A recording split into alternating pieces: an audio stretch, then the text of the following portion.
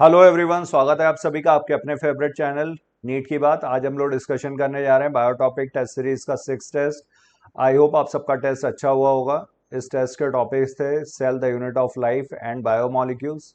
और ये सेशन इस मिशन के तहत अब पढ़ने का अधिकार सबको, डॉक्टर बनने का अधिकार भी सबको। मिशन है मैं mentor doctor SP Singh sir का। तो आइए इस नोबल कॉज के लिए सेशन स्टार्ट करें। Question number first, what major scientific tool is associated with GN रामचंद्रन्स contribution to the study of protein structure? तो इसके लिए इन्होंने रामचंद्रन प्लॉट यूज किया था। और जीएन रामचंद्रन तो आपको बोला जाता है स्ट्रक्चरल बायोलॉजी का father of India. Structural biology में इनका मेन कंट्रीब्यूशन था, father of structural biology of India. Ramachandran plot जो है ये ग्राफिकल रिप्रेजेंटेशन है।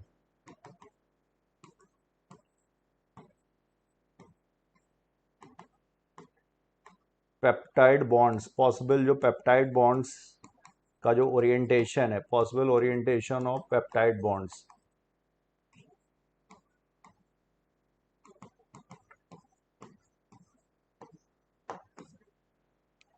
और इनका फेमस कंट्रीब्यूशन था triple helix structure of collagen.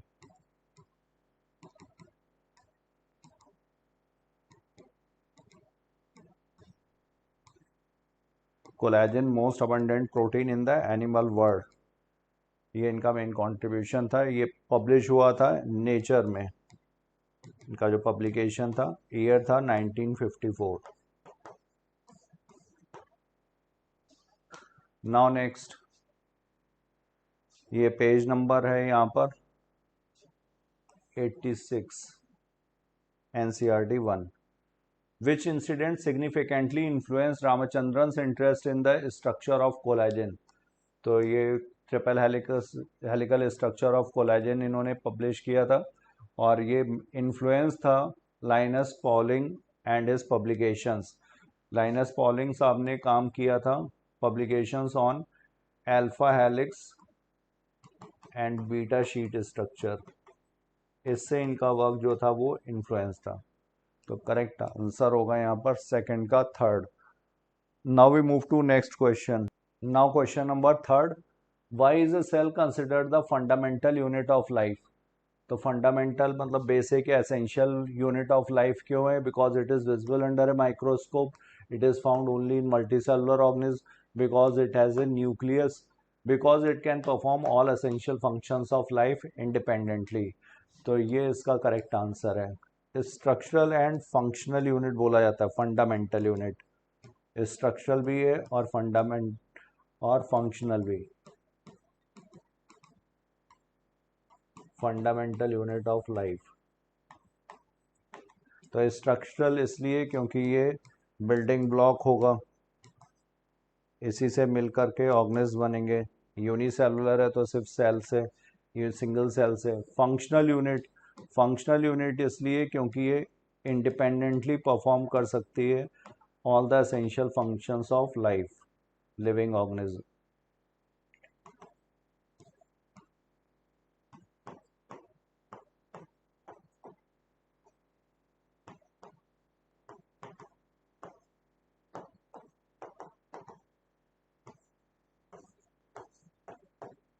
तो इसलिए यहाँ पर थर्ड ऑप्शन करेक्ट है।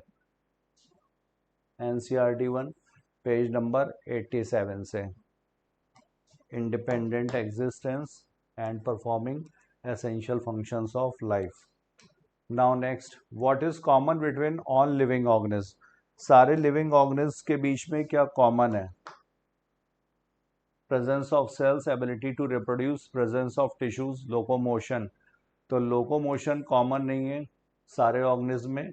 प्लांट्स जैसे हैं वो लोकोमोशन नहीं शो करते हैं। एनिमल्स में भी जैसे पोरीफेरा के जो मेंबर्स हैं वो सारे के सारे ससाइल हैं।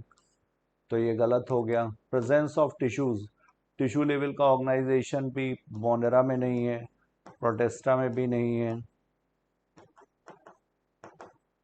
और इवन एनिमेलिया यहाँ पर भी जो पोरीफेरा है वो सेलुलर लेवल का ही ऑर्गेनाइजेशन शो करता है।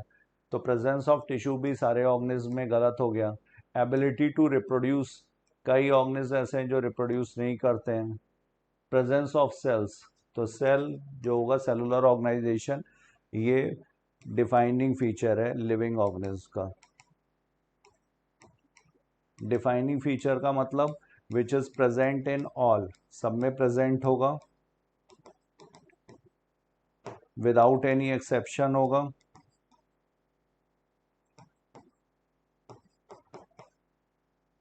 और not found anywhere else.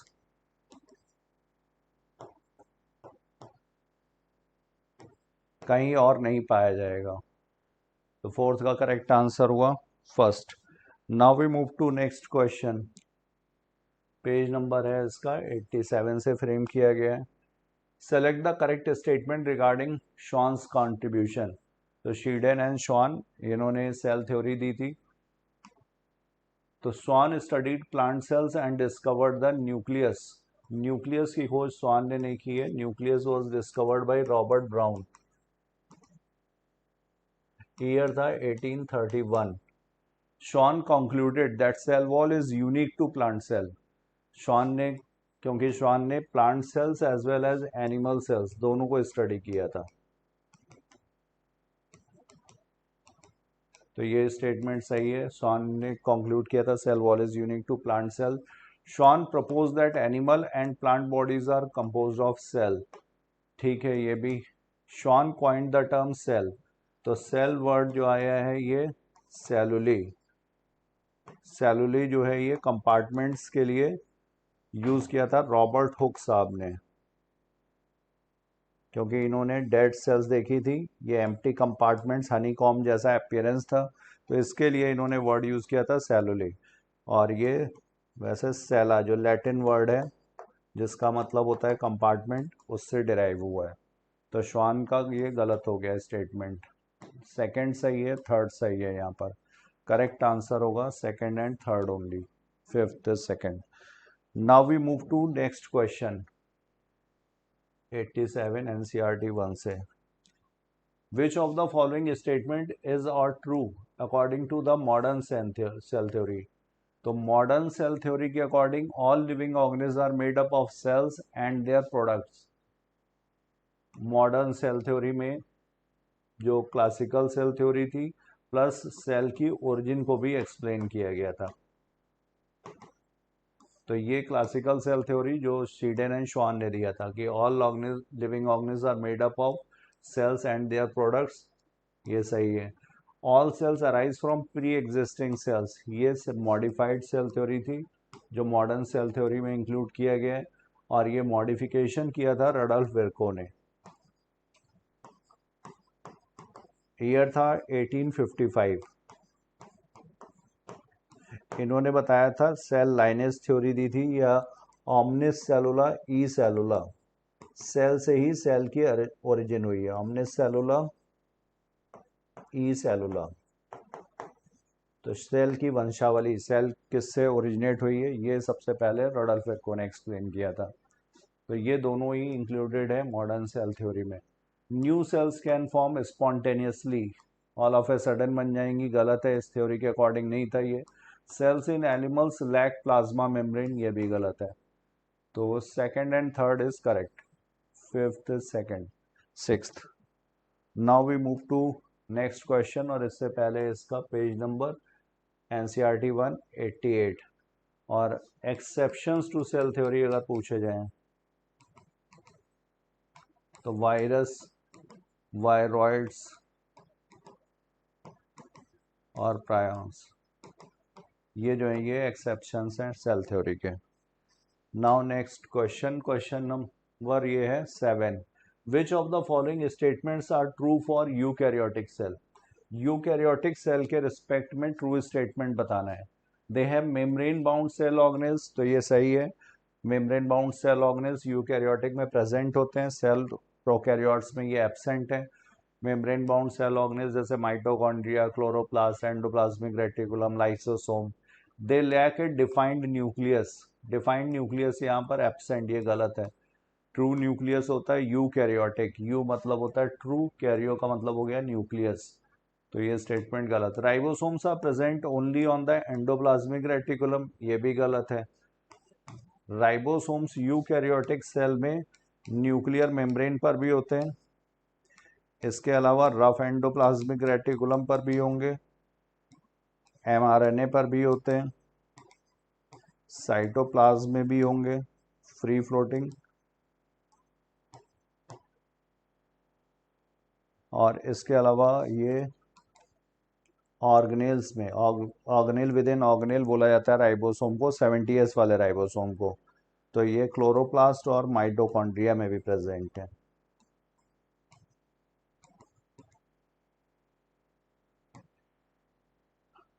Nucleus contains chromosomes with DNA. Nucleus, तो ये सही है, न्यूक्लियस में क्रोमोसोम प्रेजेंट है विद डीएनए, तो ये सही था। The membrane bound cell organelles, ये सही था। सेकंड और थर्ड यहाँ पर गलत। 1 and 4 इज करेक्ट। आंसर हो जाएगा second, 7th। Now we move to next question, question number 8, और ये एनसीईआरटी 1 पेज नंबर 88 से।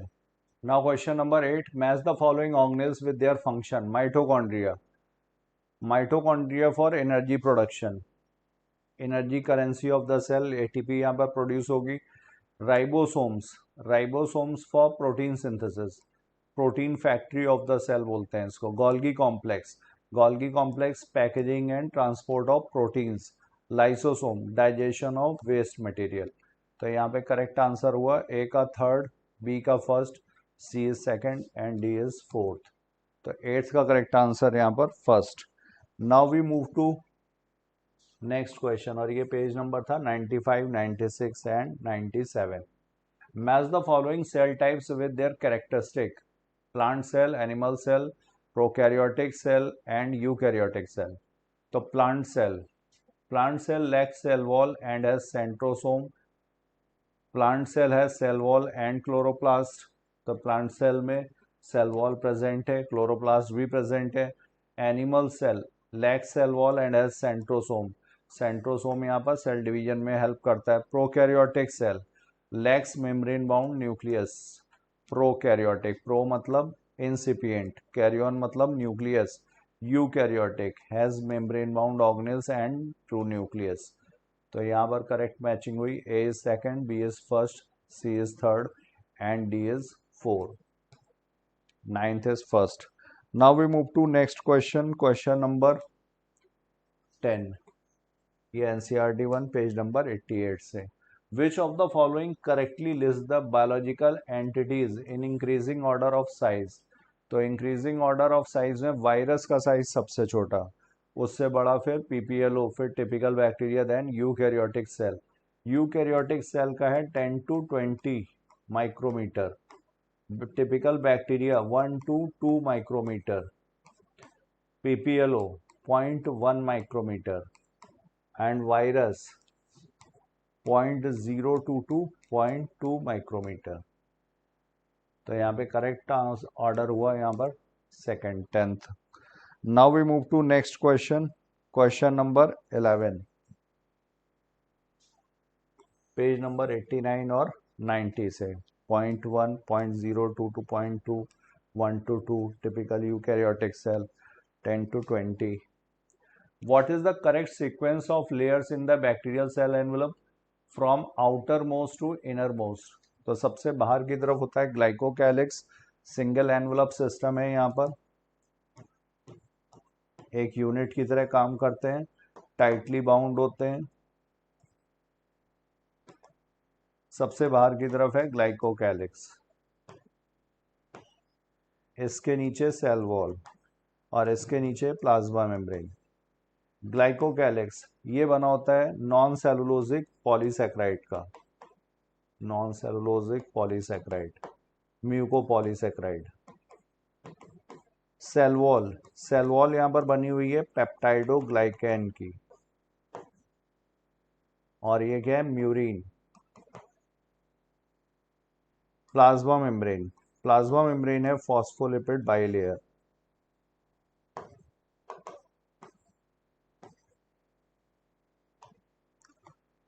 तो glycocalyx, cell wall and plasma membrane. 11th का करेक्ट आंसर होगा second. Now we move to next question, NCERT 1 page number 90 से था ये question. Now question number 12, which of the following correctly differentiates gram positive and gram negative bacteria. तो gram positive या ग्राम negative bacteria में जो differentiation है ये mainly इस पे बेस्ड है कि प्राइमरी स्टेन को कौन रिटेन करता है और कौन लूज कर देता है। प्राइमरी स्टेन यहाँ पर क्या होता है, क्रिस्टल वायलेट, या इसी को बोला जाता है जेंशियन वायलेट। तो ग्राम पॉजिटिव जो होगा ये प्राइमरी स्टेन को रिटेन करता है और ये इसको लूज कर देता है। लूज करने का रीज़न क्या है, क्योंकि यहाँ पर लिपिड रिच लेयर होती है और इसके लिए फिर काउंटर स्टेन यूज किया जाता है सैफ्रेनिन। तो सैफ्रेनिन से स्टेन होने के बाद भी ग्राम पॉजिटिव जो होते हैं ये पर्पल ही रहेगा। जो प्राइमरी इसका स्टेन था वो पर्पल कलर का था और जबकि इसका जो पर्पल कलर था वो लूज हो जाता है। तो ये जो अपना सेकेंडरी स्टेन जो सैफ्रेनिन है जो पिंक कलर का है, तो ये पिंक कलर का हो जाता है आगे चल करके सेकेंडरी स्टेन के बाद, क्योंकि प्राइमरी स्टेन इसका लूज हो जाता है जबकि ये अपना रिटेन रखता है। तो इसलिए इसको ग्राम पॉजिटिव और इसको ग्राम निगेटिव। तो gram positive bacteria lack a cell wall, gram negative bacteria absorb the gram stain, gram positive bacteria retain gram stain due to thick peptidoglycan. तो पेप्टाइडोग्लाइकेन की वजह से यहाँ पर ये बना रहता है ग्राम पॉजिटिव में, जबकि यहाँ पर पेप्टाइडोग्लाइकेन की लेयर थिन होगी, लिपिड कंटेंट यहाँ पर ज़्यादा होता है। तो 12th का करेक्ट आंसर होगा थर्ड, पेज नंबर 90 से।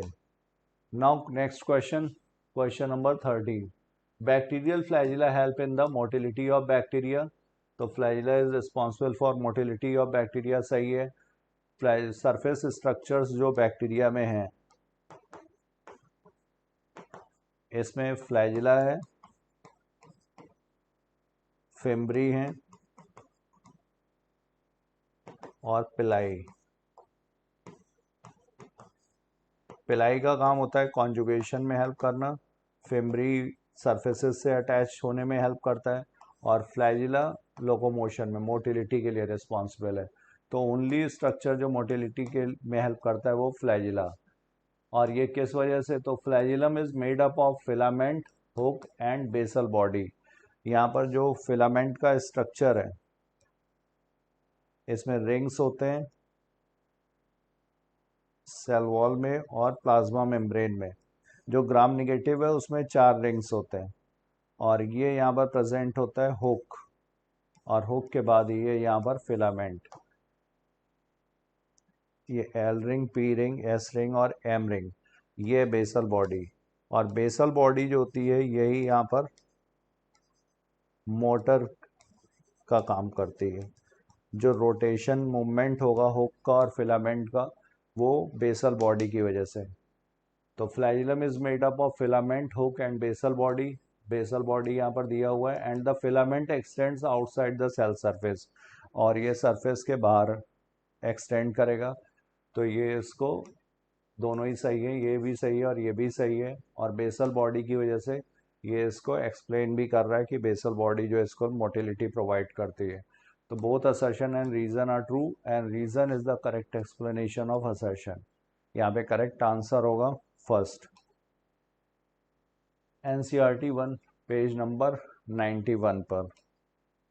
Next, which of the following structure is correctly matched with its function in bacterial cell.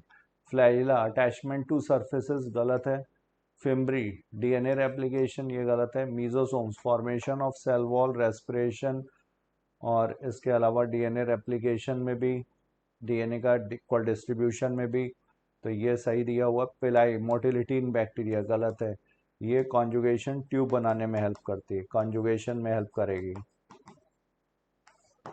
जिसमें फर्टिलिटी फैक्टर प्रेजेंट होता है उसमें पिलाई प्रेजेंट होगा, कॉन्जुगेशन ट्यूब बनाएगा। तो 14th का करेक्ट आंसर होगा यहाँ पर थर्ड, पेज नंबर है इसका 91। Now next question, polysomes are found when multiple ribosomes attach to a single mRNA। तो पॉलीसोम्स जो होते हैं ये सिंगल mRNA पे जब कई सारे राइबोसोम्स अटैच्ड हो तो इसको बोलते हैं पॉलीसोम। तो ये सही है। Polysomes help in the simultaneous translation of a single mRNA into many copies of a protein. ये भी सही है, पॉलीसोम्स की वजह से कई सारी प्रोटीन सेम mRNA से बन सकती है, मतलब multiple copies of the same protein. तो ये भी सही है, स्टेटमेंट 1 और स्टेटमेंट 2 दोनों, both statement 2 are correct. Answer होगा यहाँ पर 4th। पेज नंबर है इसका 91। Next question, what is the basic structural framework of the plasma membrane made up of. तो basic structural framework of the plasma membrane, DNA and RNA, phospholipids. तो cell membrane किसी भी होगी, ये structure similar है। Phospholipid की bilayer होती है, ये इसका पोलर हेड है, और ये non polar tail. Non polar tail जो होती है ये फैटी एसिड्स की बनी हुई है, बाकी जो ग्लिसरॉल कोलिन वगैरह हैं वो पोलर हेड। और ये कौन सा फॉस्फोलिपिड, तो लेसाइथिन, जो सेल मेम्ब्रेन में प्रेजेंट है। तो बेसिक स्ट्रक्चरल फ्रेमवर्क फॉस्फोलिपिड्स और प्रोटीन्स होंगी, लेकिन यहाँ पर ओनली लिखा हुआ है। प्रोटीन्स जो होती हैं वो इंटीग्रल प्रोटीन्स भी हो सकती हैं, जो पूरी मेम्ब्रेन में प्रेजेंट हो सकती हैं, या फिर पार्शियली भी प्रेजेंट हो सकती हैं। इसके अलावा extrinsic proteins. Next question, question number 17, which of the following correctly defines integral membrane proteins. तो इंटीग्रल मेम्ब्रेन प्रोटीन्स को डिफाइन करने के लिए, proteins loosely attach to the outer surface of the membrane, proteins जो लूजली अटैच्ड हो outer surface, proteins that lie only on the cytoplasmic side, proteins bound to DNA, proteins partially और fully embedded in the membrane type. तो यहाँ पर जो phospholipid bilayer है, इसमें चाहे वो पार्शियली एम्बेडेड हो या फिर टोटली एम्बेडेड हो, जो धसी हुई प्रोटीन्स है उनके लिए बोला जाता है इंटीग्रल प्रोटीन्स। तो ये भी इंटीग्रल प्रोटीन है और ये भी इंटीग्रल प्रोटीन्स।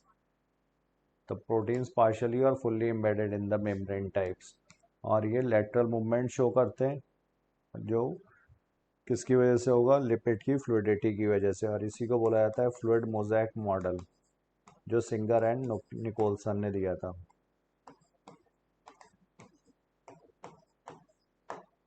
यहाँ पर लिपिड्स का ये पूरा सी होगा, और इसमें आइसबर्ग की तरह ये प्रोटीन्स प्रेजेंट होती है। तो ये इंटीग्रल प्रोटीन्स, और इसके अलावा यहाँ पर एक्सट्रिंसिक प्रोटीन्स भी होंगी जो बाहर पेरिफेरल, इनका ईज ऑफ एक्सट्रैक्शन की वजह से इनको एक्सट्रिंसिक बोलते हैं, आसानी से बाहर निकाला जा सकता है।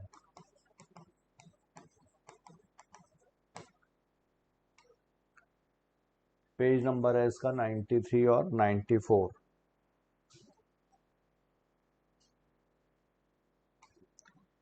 Next, cell membranes are primarily composed of phospholipids arranged in bilayer.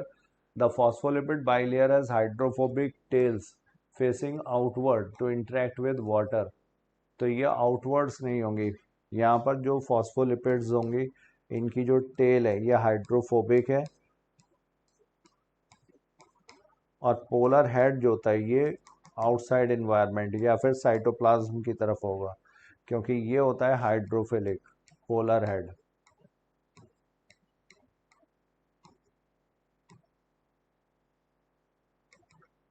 और ये जो टेल्स हैं ये कैसी हैं, ये हाइड्रोफोबिक। तो ये प्रोटेक्टेड होती हैं, अंदर बीच में धसी हुई बीच में होगी। तो phospholipid bilayer has hydrophobic tails facing outward, ये गलत हो गया, ये यहाँ पर सही है। Assertion is true but reason is false, answer होगा यहाँ पर 3rd। पेज नंबर है ये 93। Next question, which of the following statements correctly describes the fluid mosaic model of the plasma membrane। तो fluid mosaic model, membrane is static and rigid with fixed protein statement, proteins and lipids are arranged in layers with no movements, proteins can move laterally within the lipid bilayer। तो lipid यहाँ पर जो होता है ये fluidity provide करेगा। Fluid mosaic model जरूरी था इसके सेल ग्रोथ को एक्सप्लेन करने के लिए, सेल डिवीजन को, सेल का जो एंडोसाइटोसिस प्रोसेस होगा, इन सब प्रोसेसेस को। तो यहाँ पर जो प्रोटीन्स होती हैं, प्रोटीन्स कैन मूव लेटरली, ये इधर की तरफ भी मूव कर सकती है या फिर इधर साइड भी ये मूव कर सकती है। और ये मूवमेंट किस वजह से पॉसिबल है? तो फ्लूइडिटी ऑफ लिपिड्स। तो proteins can move laterally within the lipid bilayer contributing to membrane fluidity. Lipids and proteins are fixed, तो ये गलत हो गया, यहाँ पर फिक्स्ड नहीं है। पेज नंबर है ये 94। Next question, what is the role of the middle lamella in plant cells? It acts as a site of protein synthesis, it provides energy, it connects and holds neighboring cells together, transports water and minerals through the cell wall। तो ये connect करता है और hold करता है neighbouring cells को together. 20 का correct answer होगा थर्ड। पेज नंबर है यहाँ पर 94। What distinguishes passive transport from active transport across the plasma membrane? तो पैसिव और एक्टिव ये मेनली एटीपी खर्च हुआ या नहीं हुआ। अगर एटीपी खर्च हुआ तो एक्टिव, और नहीं खर्च हुआ तो ये पैसिव। तो passive transport moves molecules from low to high concentration using energy. तो यहाँ पर एनर्जी खर्च नहीं होगी, लो टू हाई कॉन्सेंट्रेशन नहीं होता है। जहाँ पर मॉलिक्यूल्स का हाई कॉन्सेंट्रेशन होगा, हाई कॉन्सेंट्रेशन से लो कॉन्सेंट्रेशन की तरफ जो मूवमेंट होगा इसे बोला जाएगा पैसिव। जैसे एग्जाम्पल है इसका डिफ्यूजन। और अगर ये कैरियर प्रोटीन्स की मदद से होगा तो इसे बोला जाता है फैसिलिटेटेड डिफ्यूजन। फैसिलिटेटेड का मतलब हो गया हेल्प, जिसमें मदद की गई है, तो facilitated diffusion.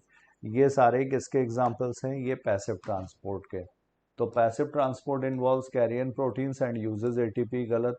Passive transport moves molecule along the concentration gradient without energy expenditure, तो ये सही है। हाई कॉन्सेंट्रेशन से लो कॉन्सेंट्रेशन की तरफ along the concentration gradient without energy expenditure, answer will be third।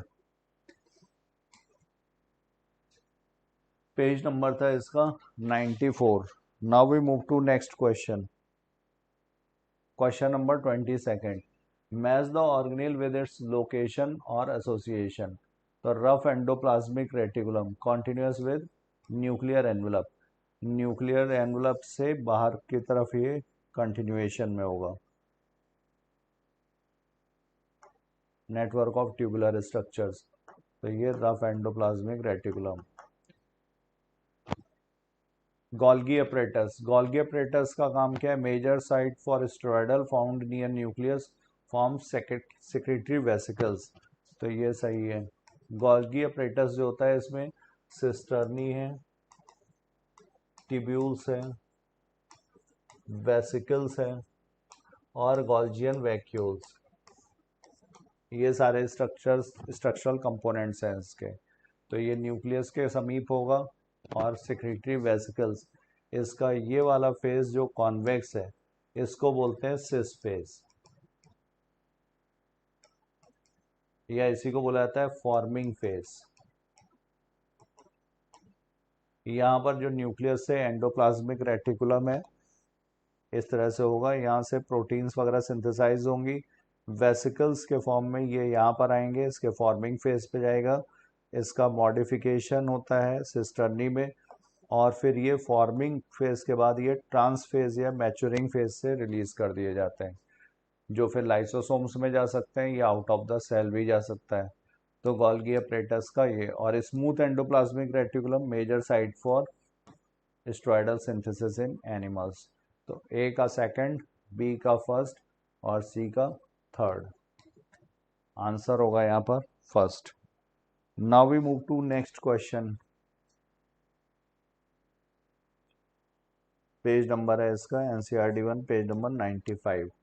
Now question number 23। Which of the following organelles is not part of the endomembrane system.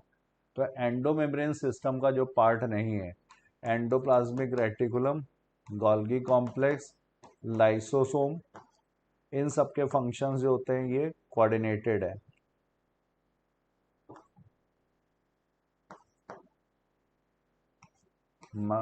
Mitochondria का यहाँ पर role नहीं है।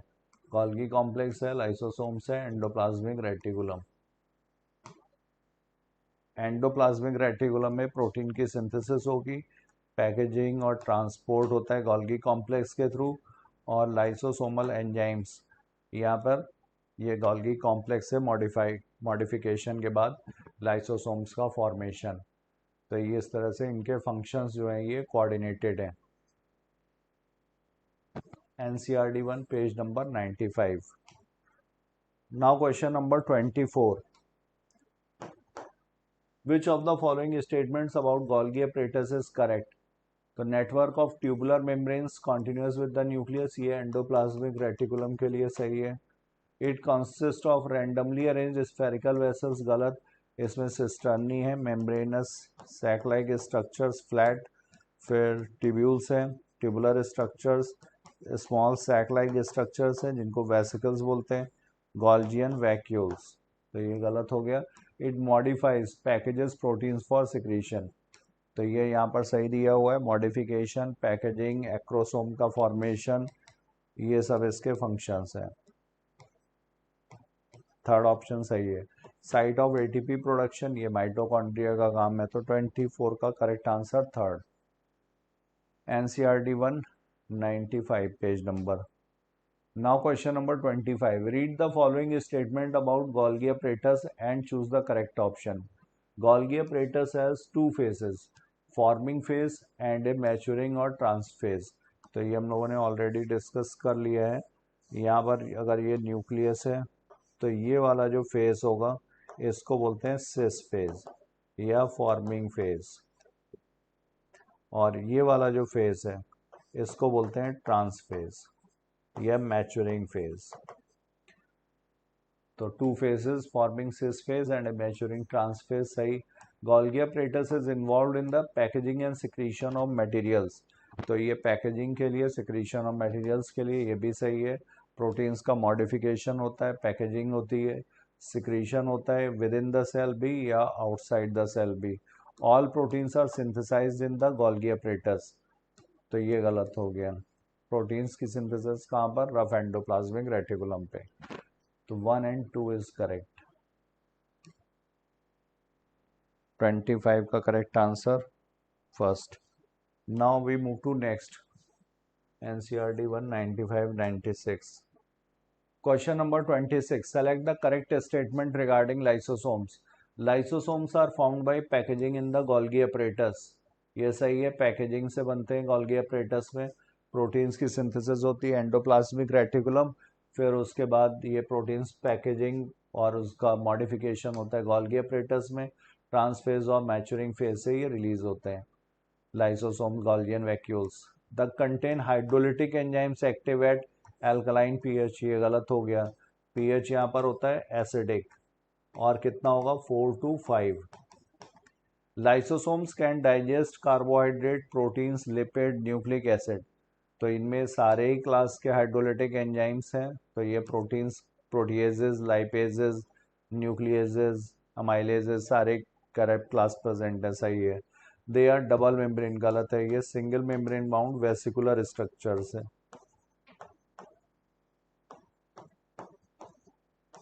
Vesicles के form में vesicular structures.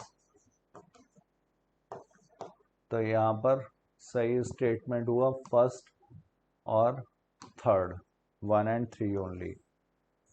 Correct answer second. Now we move to next question, question number 27। Identify the correct statements about mitochondria. Mitochondria are visible under microscope without staining. तो visible under microscope without staining गलत है, ये stand किया जाता है इनको। Mitochondria double membrane bound organelles, ये सही है। आउटर मेम्ब्रेन, ये पोरेंस प्रेजेंट होते हैं, ज़्यादा परमिएबल होगी। Inner membrane, finger like projections, cristae, ETS present होगा, सेलेक्टिवली परमेबल होती है इनर मेम्ब्रेन, तो ये सही है। Their number and shape vary with the cell activity, ये भी सही है। दे आर सॉसेज शेप्ड और सिलेंड्रिकल, तो शेप भी यहाँ पर सही दिया हुआ है। सेकंड, थर्ड और फोर्थ यहाँ पर सही है, विदाउट स्ट्रेनिंग गलत था। Now we move to next question. Question number 28 NCERT 1 page number 96 से था ये। Consider the following about Golgi apparatus and endoplasmic reticulum interaction. तो ये स्ट्रक्चर हम लोगों ने ऑलरेडी ड्रॉ किया हुआ है पीछे। ये न्यूक्लियस, यहाँ से ये कंटिन्यूएशन में tubular structure, tubular network, rough endoplasmic reticulum, और यहाँ पर प्रेजेंट होगा ये गोल्गी बॉडी। तो यहाँ से जो वेसिकल्स बन के आए, प्रोटीन्स आएंगी, वो वेसिकल्स के फॉर्म में रिलीज होंगी, गोल्गी बॉडी में पहुँचेंगी, यहाँ पे मॉडिफिकेशन होगा, पैकेजिंग होगी, और फिर ये ट्रांसफेज से रिलीज होती है। तो vesicles from endoplasmic reticulum fuse with cis face of Golgi apparatus, इसको बोलते हैं सिस फेज, ये सही दिया हुआ है। Golgi apparatus modifies proteins and send them to lysosomes or outside of the cell, ये भी सही है। Golgi apparatus is not associated with the endoplasmic reticulum in any function, ये गलत है। 1 and 2 only. Now we move to next question. Question number 29 NCERT 1 95 to 98. The enzymes present in lysosomes are active under which condition? तो इसके लिए acidic pH चाहिए, optimum activity होती है इसकी पीएच 4 to 5 पे। NCERT 198. Now next, which of the following correctly describes the tonoplast? तो tonoplast क्या है? वैक्यूल्स के जो बाहर की मेम्ब्रेन है, इसे बोलते हैं टोनोप्लास्ट, और ये एक्टिवली आयंस को पंप करती है। तो यहाँ पर ये जो वैक्यूल का सैप है, ये हाइपरटोनिक होता है in comparison to cytoplasm. Tonic का मतलब आयन कॉन्सेंट्रेशन, सल्यूट कॉन्सेंट्रेशन ज़्यादा है।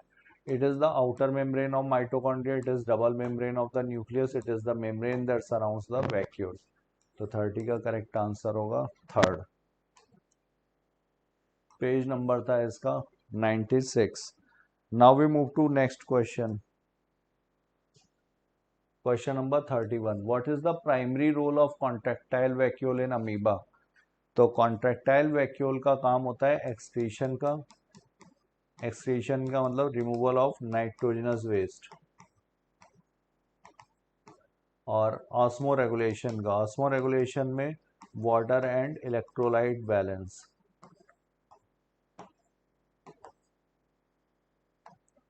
एक्सक्रीशन एंड ऑस्मो रेगुलेशन, 31 का करेक्ट आंसर होगा यहाँ पर second. Now we move to next NCERT 196। Which of the following is true about mitochondria? Mitochondria के बारे में क्या सही है? They are single membrane structure, तो ये गलत है। ये डबल मेम्ब्रेन स्ट्रक्चर है, सिंगल मेम्ब्रेन स्ट्रक्चर नहीं है। Their number and size are constant, गलत, ये भी गलत। They are involved in protein synthesis, their number varies based on the energy needs of the cell, तो ये इनका नंबर जो होगा वो एनर्जी नीड्स पे वेरी करेगा, क्योंकि माइटोकॉन्ड्रिया को बोला जाता है powerhouse of the cell.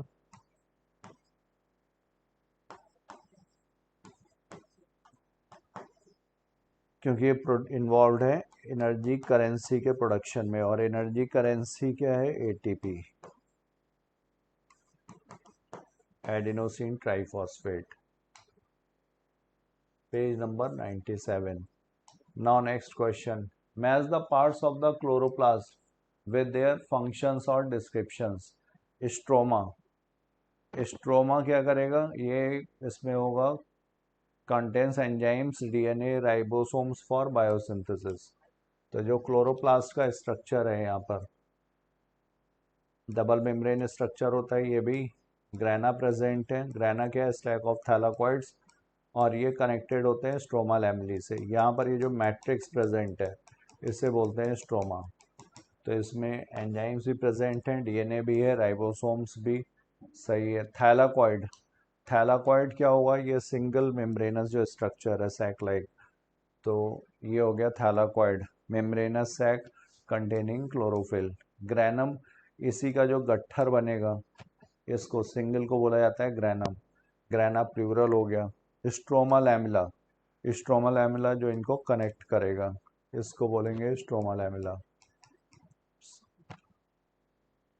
तो ए का सेकंड, बी का थर्ड, सी का first and D is fourth. Answer है करेक्ट यहाँ पर second. Now we move to next question, page number 97 98 से था। The thylakoids in chloroplast are arranged in stacks called grana. तो thylakoids chloroplast में arranged हैं stacks called grana, पीछे भी क्वेश्चन में देखा है, सही है ये। Grana are connected to each other by stroma lamella which help in the transfer of electrons during photosynthesis. तो ये ठीक है, यहाँ पर ये ग्रैना लैमेली और ये जो कनेक्ट है इसको बोला जाता है स्ट्रोमा लैमेली के द्वारा ये कनेक्टेड है। तो स्ट्रोमा लैमेली में प्रेजेंट होता है फोटोसिस्टम 1, ग्रैना लैमेली में फोटोसिस्टम 1 भी है, फोटोसिस्टम 2 भी है और NADP रिडक्टेज भी होता है।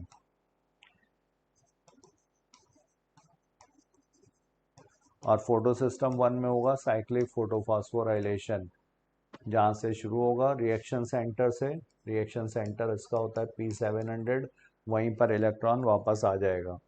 तो इलेक्ट्रॉन के ट्रांसफर में भी इन्वॉल्व है, ये भी सही है और ये भी स्टेटमेंट सही है। Both statement 1 and 2 are correct. Answer होगा यहाँ पर fourth. Now we move to next question, question number 35, NCERT 1, page number 98। The cytoskeleton consists of microtubules, microfilaments and intermediate filaments. तो साइटोस्केलेटन नेटवर्क जो होगा ये प्रेजेंट होता है सिर्फ यूकैरियोटिक सेल में, और इसमें 3 कंपोनेंट्स है, microtubules, microfilaments and intermediate filaments. सही है। Cytoskeleton structures are involved only in cell division, तो ये गलत है, सेल डिवीजन में ही नहीं, ये basal body, centriole, सीलिया, flagella,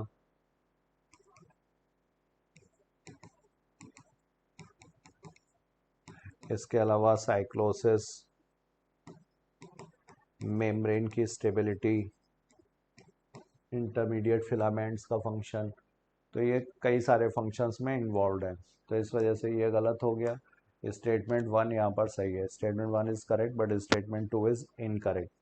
answer होगा यहाँ पर second. Now we move to next question, question number 36। Which of the following statements correctly differentiate cilia and flagella? Correct differentiation between cilia and flagella. Cilia are long and few in number, while flagella are short and numerous. तो cilia long है और few है number में, जबकि flagella कैसा है, short and numerous। गलत, flagella कम होंगे, cilia का नंबर ज़्यादा होता है। cilia are involved only in cell division, flagella in movement, ये भी गलत है। सीलिया और फ्लैजिला दोनों ही लोकोमोशन से, मोटिलिटी से रिलेटेड स्ट्रक्चर हैं।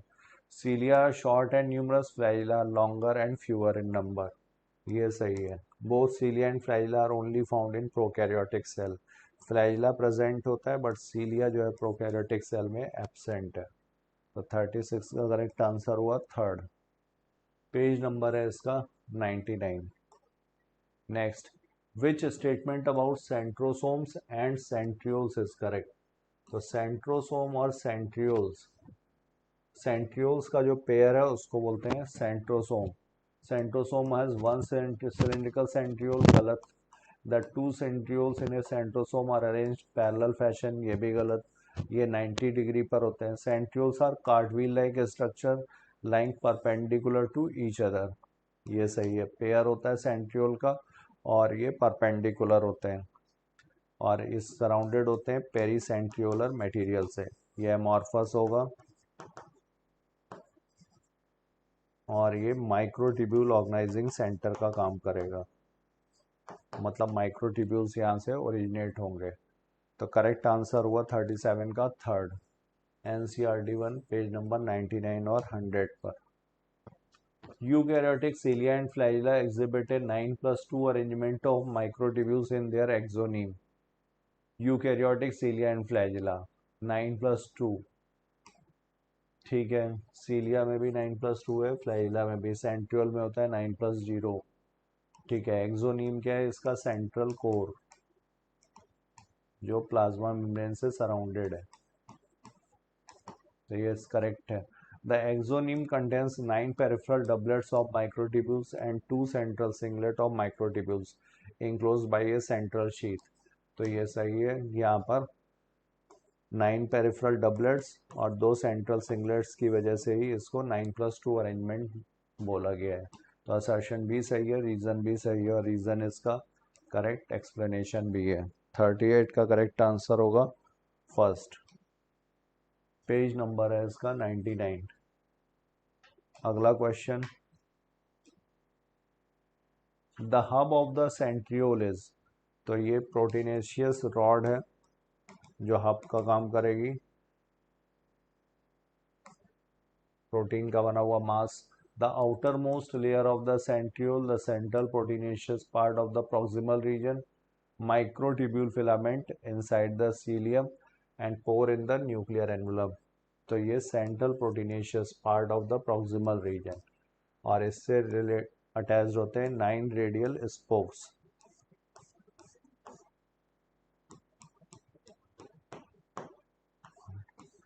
और यहाँ पर ये पेरिफेरल टिपलेट से जुड़ते हैं। तो ये जो स्ट्रक्चर है ये कार्टव्हील जैसा स्ट्रक्चर।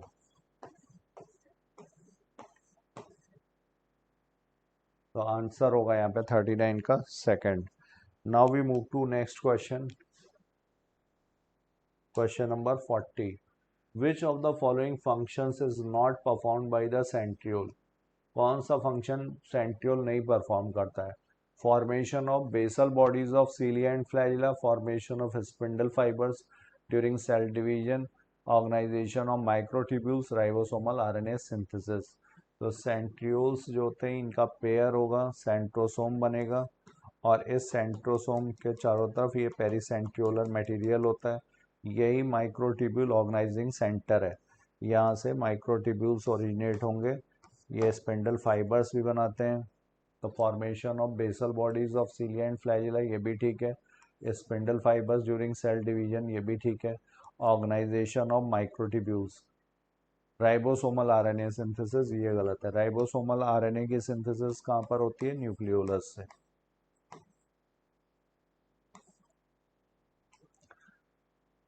पेज नंबर इसका 99। Now we move to next question, identify the correct statement. Nuclear pores are found by fusion of endoplasmic reticulum and nuclear membrane. Chromatin is visible only during mitosis. Nuclear pores allow movement of RNA and proteins between nucleus and cytoplasm.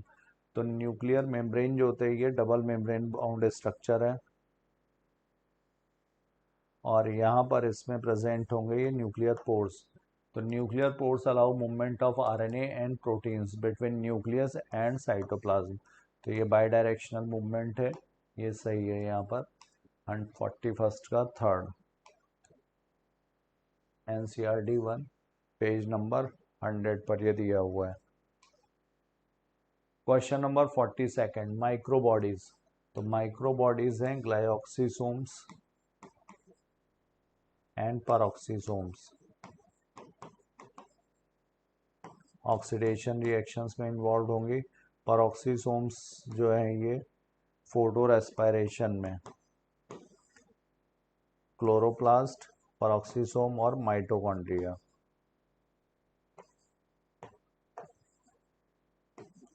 इनके साथ ये photorespiration में involve है। तो membraneless vesicles, DNA rich structures, membrane bound vesicles containing various enzymes. तो answer होगा यहाँ पे 42 का third. Now we move to next question, question number 43, NCERT 1 page number 102 पर, minute vesicles that contain various enzymes.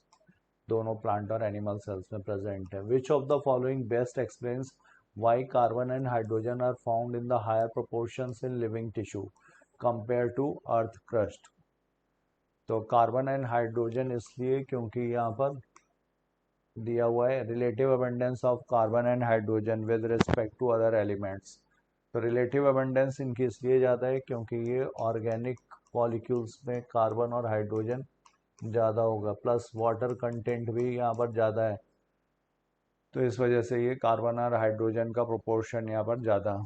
Essential for mineral formation, living tissues have more water and organic compound, earth crust is mostly organic, गलत। Carbon and hydrogen are not found in earth crust, गलत। तो correct answer है यहाँ पर second, जिसकी वजह से carbon और हाइड्रोजन की मात्रा ज़्यादा है। तो NCERT 1 पेज नंबर 105 पर। Why does the list of elements found in living tissues and earth crust appear similar despite being vastly different in nature? तो list of elements living tissue में और अर्थ क्रस्ट में similar है। तो इसका reason ये है कि यूनिवर्स की ओरिजिन, अर्थ की ओरिजिन और अर्थ पे फिर लिविंग की ओरिजिन सेम मास से हुई है, तो सेम एलिमेंटल कंपोजिशन होगा। तो these the types of compounds are identical, both are composed mostly of gases, all matter is composed of the same basic elements. तो बेसिक एलिमेंट्स यहाँ पर सेम होंगे, कार्बन, हाइड्रोजन, ऑक्सीजन, नाइट्रोजन, ये सब similar despite being vastly different in nature. तो living में जो है ये ऑर्गेनिक है, इसीलिए कार्बन और हाइड्रोजन का अबंडेंस ज़्यादा है, और नॉन लिविंग में ये इनऑर्गेनिक है।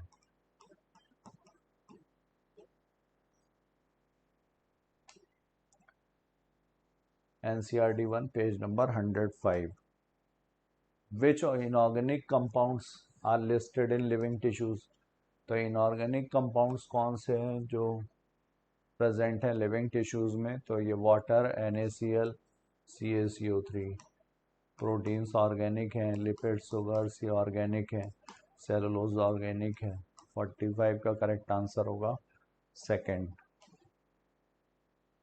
Page number 105। So I have covered my portion. Now further discussion will be carried by my senior Sangam sir. Thank you all of you. Thank you so much. Question number 46. What happens to carbon compound when a living tissue is burned during analysis? बेटा inorganic compound का पता लगाने के लिए destructive experiment किया, तो जो carbon containing organic compound थे जब उन्हें जलाया जाता है तो उनमें क्या टेक प्लेस हो जाता है। तो हम लोगों ने देखा बेटा जो ऑर्गेनिक कंपाउंड हो वो CHO कंटेनिंग कंपाउंड है, और जो CHO कंटेनिंग कंपाउंड होते हैं वो CO2 के फॉर्म में निकल गए और बेटा वाटर के फॉर्म में इवोपरेट कर जाते हैं। So question number 46 correct option is option third. Melt from the crystal, crystal नहीं बनाते, एवोपरेट एयर में नहीं जाते, become part of acid in soluble pool, नहीं। अब बेटा ये एसिड सॉल्युबल वाले पूल का पार्ट बन जाते हैं। तो question number 46 correct option is option third. चले तो लिखा हुआ है कि भैया जो कार्बन कंटेनिंग कंपाउंड है वो ऑक्सीडाइज हो जाते हैं, वेटर रिमूव हो जाते हैं, जो बच जाता है ऐश, और ऐश के एनालिसिस करते हैं। तो भैया ये ज्यादातर चीजें बेटा एसिड सॉल्युबल पूल में मिलती हैं, इनसॉल्युबल पूल में नहीं। Page number 105। नेक्स्ट देखें, which element are negligible in the human body but significantly present in अर्थ।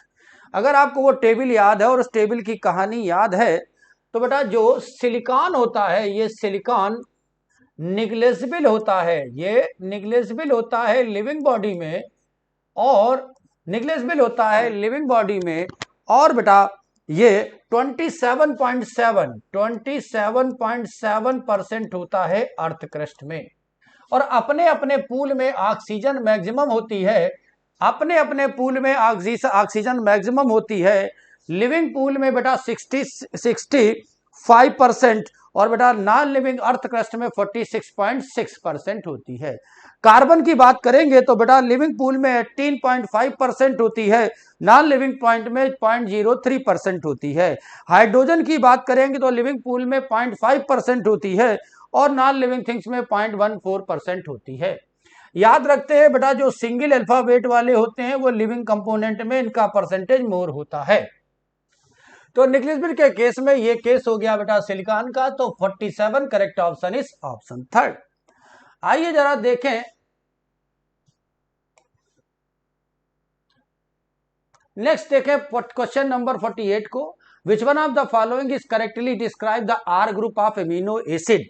अब बेटा जो आर ग्रुप एमिनो एसिड का होता है बेटा इसको एल्किल ग्रुप कहते हैं। आर ग्रुप को हम लोग एल्किल ग्रुप कहेंगे। और बेटा आर ग्रुप का नेचर हम लोगों को मालूम होना चाहिए। बेटा जो आर ग्रुप होता है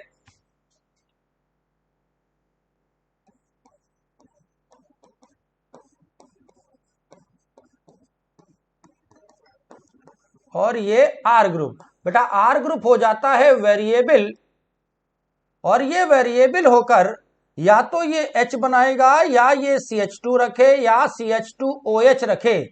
अगर H तो सिंपलेस्ट अमीनो एसिड बेटा ग्लाइसिन हो गया, और अगर CH2 रखता है, अगर CH2 रहता है तो बेटा इसे आप एलेनिन, CH3 रखेगा इसे आप एलेनिन कहेंगे, CH2OH रखेगा तो आप इसे सीरीन कहेंगे। और वेरिएबिलिटी बेटा ये 20 टाइप की हो सकती है, यही डिसाइड करते हैं 20 टाइप ऑफ एमिनो एसिड।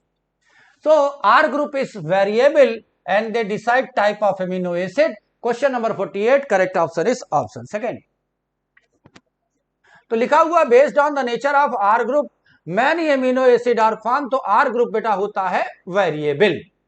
तो जो वेरिएबल ग्रुप है वो R ग्रुप होता है, इसी की वेरिएबिलिटी के कारण डिफरेंट एमिनो एसिड बनते हैं। देखिए 49 in given structure amino acid what does the structure be. बेटा ये जो बी वाला स्ट्रक्चर है ये किसे रिप्रेजेंट करता है, तो जो बी ग्रुप बी वाला स्ट्रक्चर है बेटा ये न्यूट्रल पीएच पर देखने को मिलता है, पॉजिटिव और नेगेटिव दोनों कंटेंट होते हैं, इसे आप ज्यूटर आयन कहेंगे। और बेटा ये डाइपोलर आयन को भी शो करता है, आइसो इलेक्ट्रिक पीएच को रिप्रेजेंट करता है, इसमें प्लस माइनस दोनों बेटा उसे आप ज्यूटर आयन कहेंगे, ज्यूटर आयन कहेंगे। 49 correct option is correct option is option third. देखिए ये कंडीशन बेटा ज्यूटर आयनिक कंडीशन या ज्यूटर आयन के ज्यूटर फॉर्म कहलाता है। नेक्स्ट देखिए question number 50। Question number 50, primary metabolite have a specific role in normal physiological process. Yes, primary metabolites वो होती हैं जिनका सिस्टम में फंक्शन नोन होता है। They are universally found in all type of living cell. Yes, क्योंकि इनका function known है, सबको सब में वही काम करना है, तो सारे लिविंग सेल्स में प्राइमरी मेटाबोलाइट पाए जाते हैं। So assertion is true, reason is true and its correct explanation. So correct option question number 50 is option first. चलिए तो भैया हम लोगों ने देखा है कि जो प्राइमरी मेटाबोलाइट्स होती हैं इनका फंक्शन नोन होता है, इनका फंक्शन नोन होता है, और ये प्राइमरी मेटाबोलाइट जिनका फंक्शन नोन है वो सारी सेल्स में देखने को मिलते हैं। और प्राइमरी मेटाबोलाइट के एक्शन से जो प्रोडक्ट बनते हैं उन्हें सेकेंडरी मेटाबोलाइट कहते हैं, जो इकोनॉमिक इकोलॉजिकल इंपॉर्टेंस रखते हैं। देखिए 51 question number, secondary metabolite are not essential for survival yet are important for human welfare। तो बेटा सेकेंडरी मेटाबोलाइट का रोल फंक्शनल मोड में नहीं होता, ये इनका फंक्शन आइडेंटिबल नहीं होता, लेकिन ये ह्यूमन वेलफेयर के काम में आते हैं, इकोनॉमिक इंपॉर्टेंस शो करते हैं, इकोनॉमिक इंपॉर्टेंस शो करते हैं, इकोलॉजिकल इंपॉर्टेंस शो करते हैं। So assertion is true. They include the like rubber, pigment, drugs and calcium. तो बेटा rubber secondary metabolite, pigment secondary metabolite, drugs और स्पाइसेस, लेकिन बेटा जो कैल्शियम है इसका फंक्शन नोन है, इसका फंक्शन नोन है। तो बेटा ये सब के सब सेकेंडरी मेटाबोलाइट नहीं है, तो assertion is true but reason is false. So further correct option is option third. तो 51 correct option is option third. देखें भाई सेकेंडरी मेटाबोलाइट और इनका फंक्शन, प्राइमरी का फंक्शन नोन होता है और इनका फंक्शन नोन नहीं होता। सारी चीजें दी हैं, रबर, ड्रग, कैल्शियम को छोड़कर सब सेकेंडरी मेटाबोलाइट होते हैं, मिनरल्स बेटा प्राइमरी मेटाबोलाइट। नेक्स्ट 52 को देखें, नेक्स्ट 52 को देखा जाए तो morphine and codeine are classified as terpenoid. तो बेटा जो मार्फिन और कोडीन होते हैं ये सेकेंडरी मेटाबोलाइट होते हैं, लेकिन बेटा ये टेरापेनॉइड नहीं होते, दे आर एल्कलॉइड। तो बेटा एसर्शन तो हो गया false, secondary metabolites are derived from, yes primary metabolite के एक्शन से ही सेकेंडरी मेटाबोलाइट बनते हैं, तो एसर्शन इज फॉल्ट, बस रीजन इज ट्रू। तो correct option is of 52 is option fourth. चले देखिए ये लिखा हुआ है एल्कलॉइड, एल्कलॉइड कैटेगरी में मार्फिन और कोडीन आते हैं, पेज नंबर 108। फिर 53 की बात करी जाए, और 53 की बात करी जाए, मैक्रो मॉलिक्यूल है molecular weight ranging from 10,000 dalton and above except lipid. तो जो मैक्रो मॉलिक्यूल है वो एसिड इनसॉल्युबल पूल में होंगे और इनकी रेंज 800 डाल्टन से ऊपर की तक की होती है और 10,000 तक जाते हैं। केवल इसका एक्सेप्शन बेटा लिपिड होता है, सो एसर्शन इज ट्रू। तो एसर्शन तो हो गया ट्रू, और बेटा ये हमें देखने को मिलेंगे एसिड इनसॉल्युबल पूल में, एसिड इनसॉल्युबल पूल में केवल लिपिड इसका पार्ट नहीं होती, लिपिड का मॉलिक्यूलर वेट 800 डाल्टन से कम होता है, लेकिन ये वेसिकल नाम का स्ट्रक्चर बनती है जिसके कारण फिल्टर नहीं हो पाती और ये एसिड सॉल्युबल पूल में चली जाती, इसे एक्सेप्शन कहा जाता। All macromolecule are soluble in water, but बेटा यही बात गलत हो गई, सारे मैक्रोमॉलिक्यूल वाटर में सॉल्युबल नहीं होते। So assertion is true but reason is false. तो correct option question number 53 option third. Next देखें question number 54, what is the correct sequence of event enzyme catalysed reaction. बेटा एंजाइमेटिक एक्शन के लिए हम लोग याद रखते हैं कि अपने पास ये रहा सबस्ट्रेट, ये बाइंड करता है बेटा एंजाइम्स की एक्टिव साइड से, और जब एक्टिव साइड से बाइंड करता है तो ये बनाता है एंजाइम सबस्ट्रेट कॉम्प्लेक्स, और ये बन भी सकता है नहीं भी बन सकता है, इसलिए रिवर्सिबल एरो। अब एक्टिव साइड से बाइंड होने के बाद बेटा यहाँ केमिकल रिएक्शंस टेक प्लेस होंगे, बॉन्ड ब्रेकिंग बॉन्ड फ्रेमिंग होगी, तो एंजाइम प्रोडक्ट कॉम्प्लेक्स बनाते हैं। ये दोनों स्टेजेस बेटा ट्रांजिशन होती हैं और काम पूरा होने के बाद एंजाइम अलग और बेटा प्रोडक्ट अलग हो जाता है। तो सबसे पहले सबस्ट्रेट एक्टिव साइड से बाइंड होगा, सबसे पहले सबस्ट्रेट एक्टिव साइड से बाइंड होगा, एंजाइम सबस्ट्रेट कॉम्प्लेक्स बनेगा जो ट्रांजिशन स्टेट है, और प्रोडक्ट को रिलीज कर दिया जाएगा। तो 54 correct option is option third.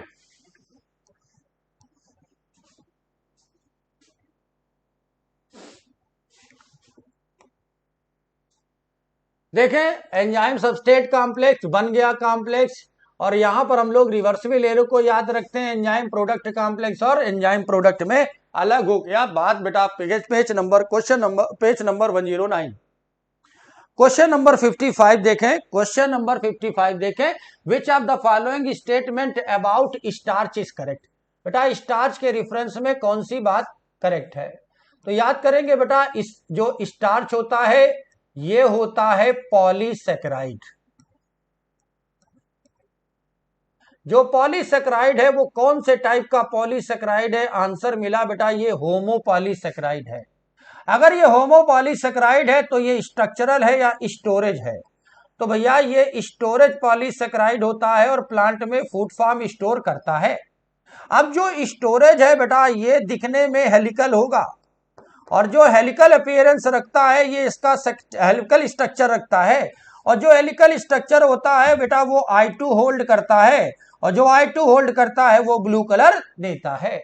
तो ये ग्लूकोज का पॉलीमर है, फ्रक्टोज का नहीं, और ये I2 होल्ड करके हेलिकल स्ट्रक्चर देता है, और इसके पास सेकेंडरी स्ट्रक्चर है contain glucose and fructose, glucose fructose नहीं रखेगा। तो 55 correct option is option second. लिखा हुआ है form the cartoon structure, starch helical secondary structure रखेगा, I2 होल्ड करेगा और ब्लू कलर देगा। नेक्स्ट देखें क्वेश्चन नंबर 56।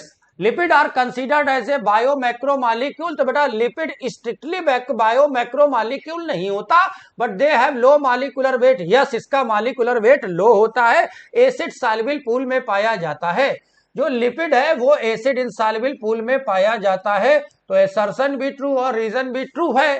पर मॉलिक्यूलर वेट का लो होने के बावजूद भी, क्योंकि ये फ्रैक्शन के समय बेटा वेसिकल नाम का स्ट्रक्चर बनाता है जो फिल्टर नहीं हो पाता और ये रह जाता है एसिड सॉल्युबल इनसॉल्युबल पूल में, बट ये स्ट्रिक्टली बायोमैक्रोमॉलिक्यूल मॉलिक्यूलर वेट के अकॉर्डिंग नहीं है।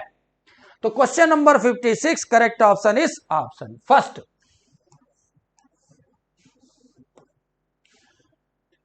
देखा जाए कि भैया जो लिपिड है वो स्मॉल मॉलिक्यूलर वेट रखता है, बट एसिड सॉल्युबल पूल में इनसॉल्युबल पूल में देखने को मिलता।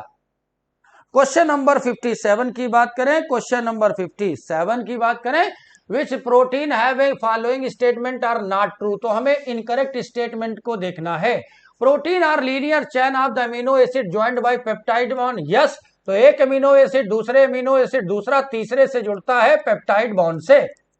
और बेटा जो प्राइमरी स्ट्रक्चर है वो लीनियर चेन होता है, पोजिशनल इंफॉर्मेशन देता है, एन टर्मिनल और सी टर्मिनल, एक बेटा फर्स्ट अमीनो एसिड एक लास्ट अमीनो एसिड को रिप्रेजेंट करता है। It is true. Every protein is a homopolymer, but बेटा यही बात गलत हो गई। जो प्रोटीन है बेटा ये हीट्रोपॉलीमर होते हैं, 20 तरह के अमीनो एसिड से मिलकर बने हैं। तो second statement for protein is false. Protein required in our diet, body जिन्हें बना लेती है उसे नॉन एसेंशियल, और डाइटरी सोर्स से जिन्हें लेते हैं बेटा उसे आप एसेंशियल इम्यूनो एसिड कहेंगे। It is true. और बेटा ट्रिप्सिन प्रोटीन डाइजेस्टिव एंजाइम है, further it is a true. तो केवल सेकंड ऑप्शन हो गया गलत, केवल सेकंड ऑप्शन हो गया गलत, और नॉट ट्रू ही पूछा गया है। तो अपने पास करेक्ट ऑप्शन हो गया ऑप्शन सेकंड, ऑप्शन सेकंड। तो भैया ये हीट्रोपॉलीमर है, होमोपॉलीमर नहीं। और लीनियर चेन अमीनो एसिड की पोजिशनल इंफॉर्मेशन देती है जो पेप्टाइड बॉन्ड से जुड़ी होती। नेक्स्ट देखें 58, और 58 की बात हम लोग करें तो select the correct statement about the average chemical composition. तो बेटा वाटर मोस्ट अबंडेंट केमिकल है जो 70 से 80% के आसपास बॉडी में पाया जाता है। 70 से 80-90% तक बॉडी में पाया जाता है। Lipid contribute 2% of the total.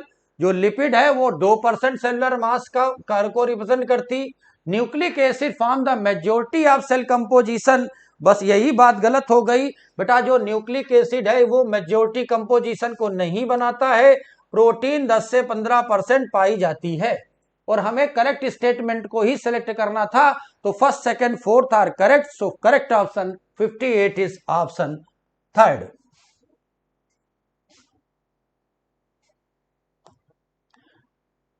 देखें, देखो वाटर 70 से 90%, प्रोटीन 10 से 15%, लिपिड 2% होते हैं, लेकिन न्यूक्लिक एसिड तो केवल 5 से 7% होता है, इसलिए मोस्ट अबंडेंट नहीं हो सकता। क्वेश्चन नंबर 59 को देखें, 59 देखें तो करेक्ट स्टेटमेंट को आप सेलेक्ट करना है। True statement regarding protein function. बेटा कोलेजन इंटरसेलुलर ग्राउंड सब्सटेंस होता है, it is true. Trypsin protein digestive enzyme, it is a true. Insulin hormone है, ट्रू। एंटीबॉडी बेटा एंजाइम की तरह काम नहीं करती, बट इम्यून रिस्पॉन्स करती है, इम्यूनोग्लोबुलिन्स होती हैं, डिफेंस के काम में आती हैं।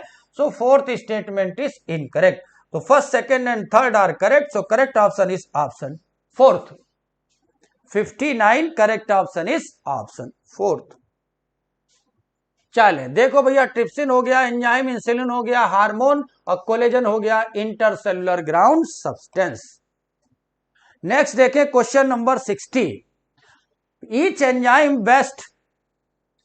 Enzyme function best at specific. तो हम लोगों ने जाना कि बेटा जो एंजाइम होता है ये अपनी ऑप्टिमम पीएच और अपने ऑप्टिमम टेम्परेचर पर बेटा मैक्सिमम फंक्शन को परफॉर्म करता है। तो ऑप्टिमम टेम्परेचर और ऑप्टिमम पीएच पर ये अपने मैक्सिमम फंक्शन को परफॉर्म करता है। और अगर बेटा टेम्परेचर लो हो जाएगा ऑप्टिमम से, तो एंजाइम बेटा नॉन फंक्शनल हो जाएगा, और अगर टेम्परेचर हाई हो गया तो एंजाइम डीनेचर्ड हो जाएगा। डीनेचर्ड से वापसी नहीं है, लेकिन अगर नॉन फंक्शनल है, टेम्परेचर बढ़ाएंगे, पीएच बढ़ाएंगे, वो एंजाइम फर्दर फंक्शनल हो जाएगा। तो 60 correct option is option second.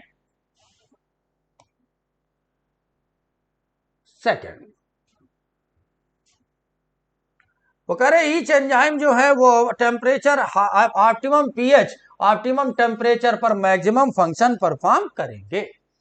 Match the column first component first with component second. तो सबसे पहले देखें बेटा, वो न्यूक्लिक एसिड जिसमें राइबोस शुगर पाई जाएगी आरएनए कहलाएगा, जिसमें डीऑक्सी राइबोस पाई जाएगी डीएनए कहलाएगा। कट लगाना बेटा पिरिमिडिन का काम है, आग लगाना प्यूरिन का काम है। Nitrogenous base pentose sugar nitrogenous base मिलकर फास्फेट मिलकर न्यूक्लियोटाइड बनाते हैं। सब आमने सामने की मैचिंग हो गई, और आमने सामने की मैचिंग में A match with first second third fourth, so correct option is option fourth. तो 61 correct option is option fourth.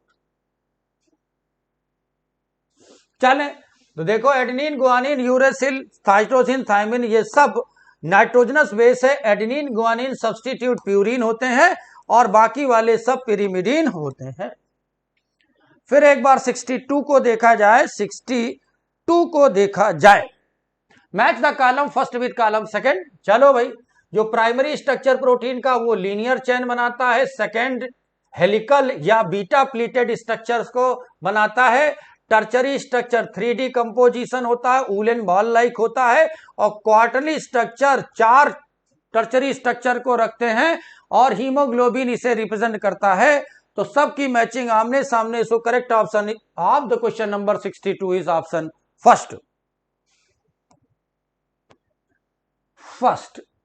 चलो भाई, तो देखो जो प्राइमरी स्ट्रक्चर है बेटा वो लीनियर चेन बनाएगा, और टर्चरी स्ट्रक्चर है वो 3D व्यू बनाएगा, और क्वार्टरली स्ट्रक्चर जो होता है बेटा वो हीमोग्लोबिन को रिप्रेजेंट करता है। नेक्स्ट देखिए क्वेश्चन नंबर 63, और 63 के लिए बात करी गई विच of the following is correctly. बेटा टर्चरी स्ट्रक्चर प्रोटीन के रेफरेंस के लिए कौन सी बात सही है। तो टर्चरी स्ट्रक्चर में लीनियर सीक्वेंस नहीं मिलता है, टर्चरी स्ट्रक्चर में लीनियर नहीं मिलता। हेलिकल और प्लीटेड स्ट्रक्चर सेकेंडरी स्ट्रक्चर में होता है, लेकिन 3D चेन हमें टर्चरी स्ट्रक्चर में देखने को मिलती। और बेटा ये वूलन बॉल लाइक स्ट्रक्चर हो जाते हैं, और बायोलॉजिकल एक्टिविटी के लिए नेसेसरी होते हैं, बायोलॉजिकल एक्टिविटी के लिए नेसेसरी होते हैं। They are arrange in multiple polypeptide, नहीं बेटा इसमें सिंगल पॉलीपेप्टाइड ही होती है, लेकिन वूलन बॉल की तरह उलझी होती है, फोल्ड इटसेल्फ। तो 63 correct option is option third. तो देखो भैया, ये जो टर्चरी स्ट्रक्चर है ये 3 डायमेंशनल होता है, और बायोलॉजिकल एक्टिविटी के लिए नेसेसरी। नेक्स्ट देखिए क्वेश्चन नंबर 64, और 64 की बात करते हैं। तो which of the following is transitionally associated organic cofactor that participate many enzyme. तो हम लोगों ने अगर याद करा है तो बेटा होलो एंजाइम को याद करते हैं, और इस होलो एंजाइम में 2 पार्ट होते हैं, एक नॉन प्रोटीनियस पार्ट और एक होता है प्रोटीनियस पार्ट। जो प्रोटीनियस पार्ट होता है इसे एपो एंजाइम कहेंगे, और नॉन प्रोटीनियस पार्ट को कोफैक्टर कहेंगे। ये कोफैक्टर 2 तरह के होते हैं, ऑर्गेनिक और इनऑर्गेनिक। जो ऑर्गेनिक है वो 2 तरह के हैं, या तो वो टाइटली बॉन्ड है, अगर टाइटली बॉन्ड है तो प्रोस्थेटिक ग्रुप कहेंगे। ट्रांजिशन या टाइम बाउंडेड है, ठीक, टाइम बाउंडेड है या बेटा फंक्शन के समय वो जुड़ते हैं, इन्हें आप को एंजाइम कहेंगे। और ट्रांजिशन का मतलब अनस्टेबल। तो भैया मेटल आयन अगर हो गए तो इन्हें इनऑर्गेनिक कोफैक्टर कहेंगे, प्रोस्थेटिक टाइटली बाउंड हो गए। लेकिन जो को एंजाइम होते हैं बेटा ये ट्रांजिशन स्टेट में होते हैं, ये भी ऑर्गेनिक ये भी ऑर्गेनिक, और एपो एंजाइम तो होते हैं प्रोटीनियस पार्ट। तो 64 correct option is option third. तो जो को एंजाइम है वो ऑर्गेनिक कंपाउंड है, और बेटा ये एपो एंजाइम के साथ ट्रांजिशन ही जुड़ते हैं, मतलब जब काम करना है तब जुड़ेंगे। Enzyme that catalyse joining together the two component formation of CO, CN, PO। और बेटा ये सारे काम कराने की जिम्मेदारी जिस हार्मोन की वो एंजाइम की है बेटा, इसे लाइगेस एंजाइम कहा जाता है। इसे आप लाइगेस एंजाइम कहेंगे। ये रहा लाइगेस एंजाइम और देखिए सबके जुड़ने को डिफाइन किया गया है। क्वेश्चन नंबर 66 को देखें। क्वेश्चन नंबर 66 को देखें कि what is which was one of the correct statement protein helical structure is true. All helical protein are left handed. तो बेटा प्रोटीन में लेफ्ट हैंडेड नहीं, सारी ध्यान से देखना बेटा, राइट हैंडेड हेलिक्स होता है, लेकिन जो न्यूक्लिक एसिड है वो राइट और लेफ्ट दोनों होते हैं। Helical structure is a feature of the primary structure. तो भैया प्राइमरी प्रोटीन के स्ट्रक्चर में हेलिकल स्ट्रक्चर नहीं बेटा, it is A case of secondary structure. Secondary structure में देखने को मिलता है। और बेटा प्रोटीन में केवल और केवल राइट हैंडेड हेलिक्स देखने को मिलता है, लेफ्ट हैंडेड नहीं। Tertiary structure does not involve any folding. अरे टर्चरी स्ट्रक्चर में सिंगल पॉलीपेप्टाइड फोल्ड इटसेल्फ और बनाती है वूलन बॉल लाइक स्ट्रक्चर, जो फोल्ड इटसेल्फ होकर क्रिस क्रॉस मैनर में जुड़ती हैं, बना देती हैं एक्टिव साइट, जहां जुड़ जाता है सबस्ट्रेट, करा देती हैं biological activity. So question number 66 correct option is option third. तो टर्चरी स्ट्रक्चर जो है वो बायोलॉजिकल एक्टिविटी के लिए जरूरी है। Which of the following enzyme statement is true for about enzyme? Enzyme के रेफरेंस में इनमें से कौन सी बात सही है? तो all enzymes are made up of nucleic acid, नहीं। Almost all enzymes are protein लिखा है, लेकिन सारे एंजाइम प्रोटीनियस नहीं होते। एंजाइम है ओनली प्राइमरी स्ट्रक्चर, नहीं बेटा। एंजाइम के पास जो होता है बेटा वो प्राइमरी, सेकेंडरी, टर्चरी सारे स्ट्रक्चर पाए जाते हैं। जब काम को ना करना होता है तब बेटा वो टर्चरी स्ट्रक्चर रखते हैं। सब nucleic acid behave like enzyme, yes बेटा। कुछ न्यूक्लिक एसिड होते हैं जैसे आरएनए, वो एंजाइम की तरह बिहेव करते हैं और इन्हें हम लोग राइबोजाइम कहते हैं। The function of enzyme depends does not depends and its shape. बस यही बात गलत हो गई, जो फंक्शन है वो उसके शेप पर डिपेंड करेगा, क्योंकि हर सबस्ट्रेट की एक्टिव साइट का शेप फिक्स होता है। तो question number 67 correct option is option third.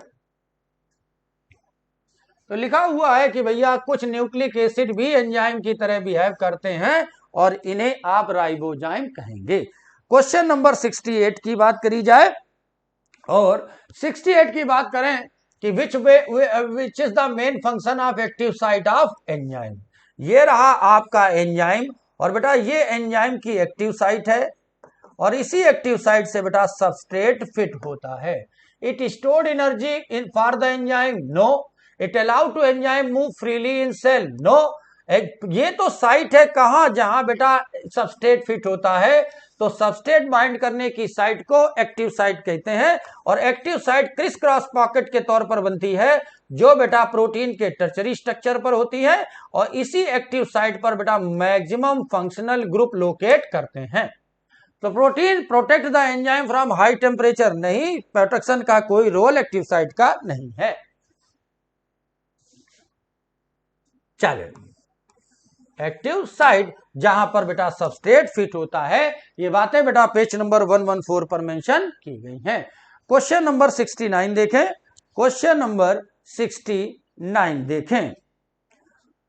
तो read the following statement about the enzyme and chemical reaction. तो enzyme have active site where the substrate allowed to catalyse, yes. तो सबसे पहले substrate enzyme की active site से bind होता है। Enzyme from the thermophilic organism can function temperature 80 to 90, yes. बेटा जो थर्मोफिलिक ऑर्गेनिज्म होते हैं उनमें थर्मोस्टेबिलिटी देखने को मिलती है, और वो 45-50 डिग्री के बाद इनका एंजाइम डीनेचर्ड नहीं होता, और बेटा वो 80 से 90 डिग्री पर सस्टेन करते हैं। ऐसा ही एक thermophilic organism Thermus aquaticus bacteria, जिससे आपने टैग पॉलीमरेज को निकाला था पीसीआर चेन के लिए। नेक्स्ट देखें, physical change involve the breaking and forming of chemical reaction. बस यही बात गलत हो गई बेटा, फिजिकल चेंजेस में तो केवल स्टेट ऑफ मैटर चेंज होता है, स्टेट ऑफ मैटर चेंज होता है, बॉन्ड फार्मिंग बॉन्ड ब्रेकिंग नहीं होती। बॉन्ड फार्मिंग बॉन्ड ब्रेकिंग तो बेटा केमिकल प्रोसेस में होती है। So C statement is false. Enzyme catalysed reaction are usually faster than uncatalysed. Yes बेटा, जो एंजाइमेटिक रिएक्शन होते हैं, कैटालाइज्ड रिएक्शन होते हैं, वो फास्टर होते हैं। अगर आपको कार्बोनिक एनहाइड्राइड को याद है तो आपने क्या देखा था, अगर एंजाइम प्रेजेंट है तो 6 लाख मॉलिक्यूल पर सेकंड प्रोड्यूस होता था, और अनकैटालाइज्ड है तो बेटा 200 मॉलिक्यूल कार्बोनिक एसिड का फॉर्मेशन होता है। तो अपने पास करेक्ट ऑप्शन को सिलेक्ट करना है।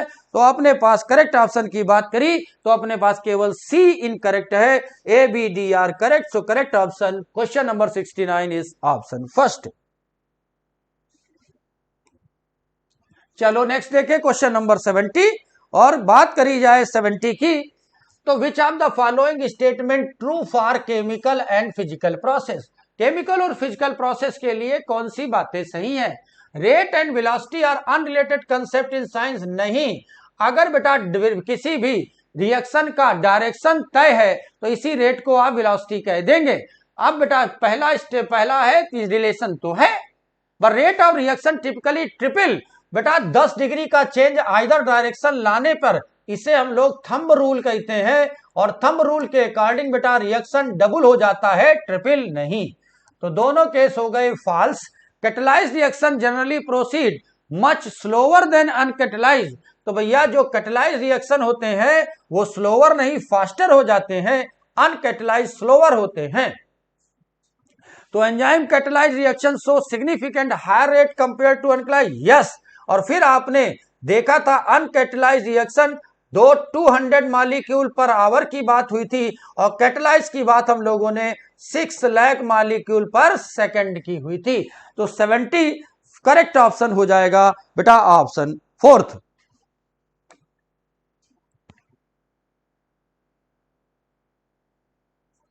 चले, देखा है भैया, अगर पाया गया था तो बेटा 6 लाख मॉलिक्यूल पर, और बेटा ये 10 million times rate of reaction को बढ़ा देते हैं। अगर नहीं है तो रिएक्शन बहुत स्लो हो जाएगा, और बेटा केवल 200 मॉलिक्यूल पर आवर बनेंगे। क्वेश्चन नंबर 71, और 71 को देखा जाए, what is the role of enzyme carbonic anhydrase. तो कार्बोनिक एनहाइड्रेज एंजाइम का रोल कार्बोनिक एसिड बनाने में होता है। तो बेटा कार्बोनिक एसिड बनता है 70% CO2 ट्रांसफर के केस में, 70% CO2 ट्रांसफर। और ये कार्बोनिक एनहाइड्रेस आरबीसी में भी पाया जाता है, और बेटा प्लाज्मा में भी पाया जाता है। आरबीसी में कार्बोनिक एनहाइड्रेस की परसेंटेज ज्यादा होती है, प्लाज्मा में कम होती है, लेकिन पाया दोनों में जाता है। तो क्या it shows down the reaction prevent the excess CO2 production. ये बात हो गई बेटा गलत, क्योंकि 70% CO2 बनाने के लिए ही होता है। It helps to convert pyruvic acid into glucose. ये बात भी हो गई गलत। लेकिन इतना मालूम है कि अगर कार्बोनिक एनहाइड्रेस आ गया था तो भैया ये 10 million time rate of reaction को एक्सेलरेट कर देता था। 200 मॉलिक्यूल पर घंटे बनने वाले प्रोडक्ट को 6 लाख मॉलिक्यूल पर सेकंड में बनाता है। तो 71 correct option is option third. It removes H2O formation in cytoplasm. Cytoplasm में होने वाली एक्सरसाइज में इसका कोई रोल नहीं। It is present in blood plasma as well as RBC. तो question number 71 correct option is option third. देख लिया गया भाई, 6 लाख टाइम और 2 लाख मॉलिक्यूल। क्वेश्चन नंबर 72 देखें, what is a metabolic pathway. तो मेटाबॉलिक पाथवे क्या होते हैं? Process in which one enzyme produce several unrelated product. बस भैया ये बात गलत हो गई। Single chemical reaction occurs in randomly, ये बात भी गलत हो गई। पर बेटा जो मेटाबॉलिक पाथवे ये मल्टी स्टेप केमिकल रिएक्शन होते हैं, और एक से अधिक एंजाइम इसे कैटालाइज करते हैं। अगर आपको ग्लाइकोलिसिस याद है तो बेटा 10 स्टेप और एंजाइम याद होने चाहिए। Glycolysis is called as a metabolic pathway. A non-enzymatic breakdown of food in body, ये ब्रेकडाउन की एक्सरसाइज नहीं।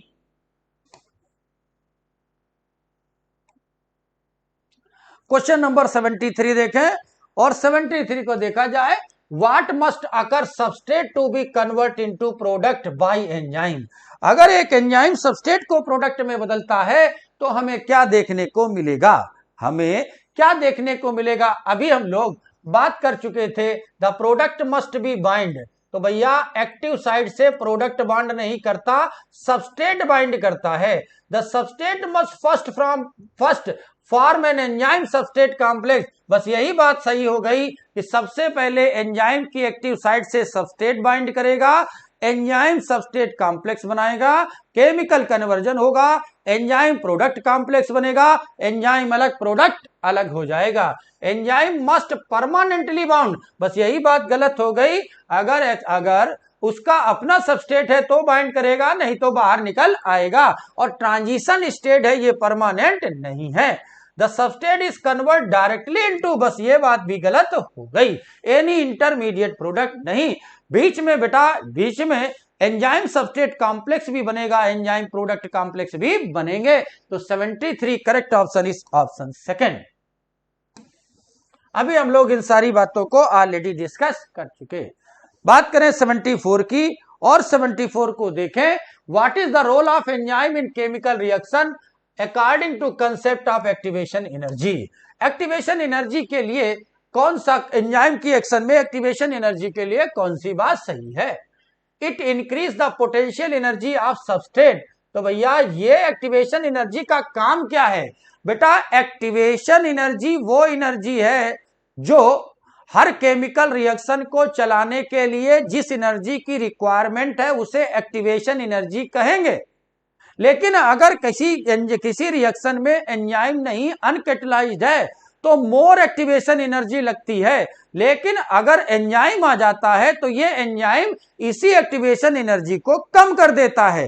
तो एंजाइम का काम है एक्टिवेशन एनर्जी को कम कराकर रेट ऑफ रिएक्शन को जल्दी पूरा करा देना, जल्दी पूरा करा देना। चलो, तो इट इंक्रीज पोटेंशियल एनर्जी नहीं, it raise the activation energy need for the reaction नहीं, it eliminate the need of transition stage, ये बात भी नहीं।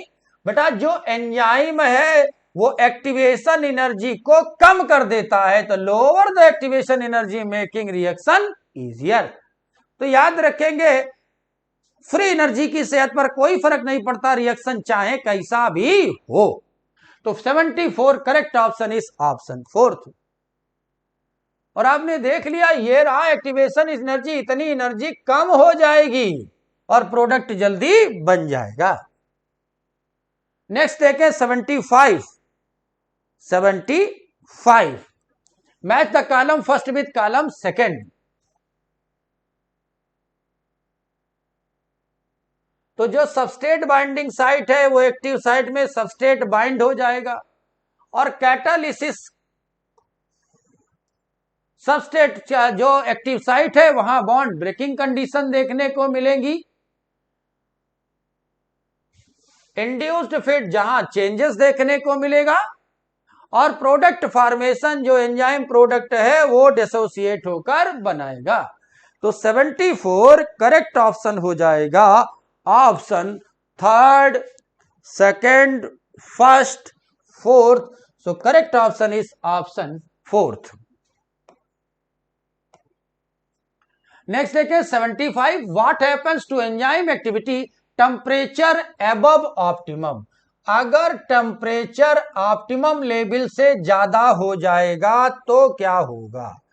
ये रहा ऑप्टिमम कंडीशन 37 अपनी बॉडी में, ये रहा 27।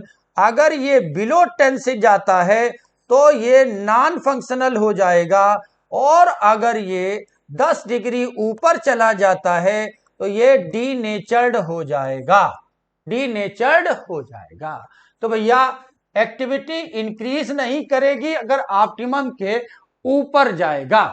एबव की बात करी गई है, उस एबव पर ध्यान रखेंगे। अब बेटा अगर ये ऊपर जाएगा तो भैया नहीं होगा, एंजाइम बिकम मोर एफिशिएंट नहीं होगा क्योंकि ये डीनेचर्ड हो गया है। तो एंजाइम अगर अगर अपने ऑप्टिमम से ऊपर जाएगा तो ये डीनेचर्ड हो जाएगी, एक्टिविटी डिक्लाइन हो जाएगी। Enzyme for more active site, तो एंजाइम का ये रोल, एंजाइम पर टेम्परेचर का, ऑप्टिमम टेम्परेचर का रोल एक्टिव साइट बढ़ाना घटाना नहीं होता। तो 76 correct option is option third. तो लिखा हुआ है कि भैया जो पीएच और टेम्परेचर है, तो ऑप्टिमम टेम्परेचर ऑप्टिमम पीएच पर एक्टिविटी मैक्सिमम होती है।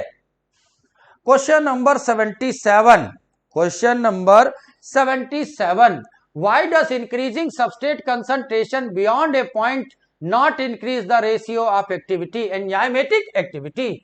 अब होता क्या है कि बेटा जैसे ही एक एंजाइम की सारी एक्टिव साइट सबस्ट्रेट की बाइंड होने से सब बेटा भर जाती हैं, तो एंजाइम सैचुरेटेड हो जाता है, और जब एंजाइम के पास कोई भी बाइंडिंग साइट फ्री नहीं होगी तो फर्दर सबस्ट्रेट कंसंट्रेशन बढ़ाने पर कोई असर देखने को नहीं मिलता।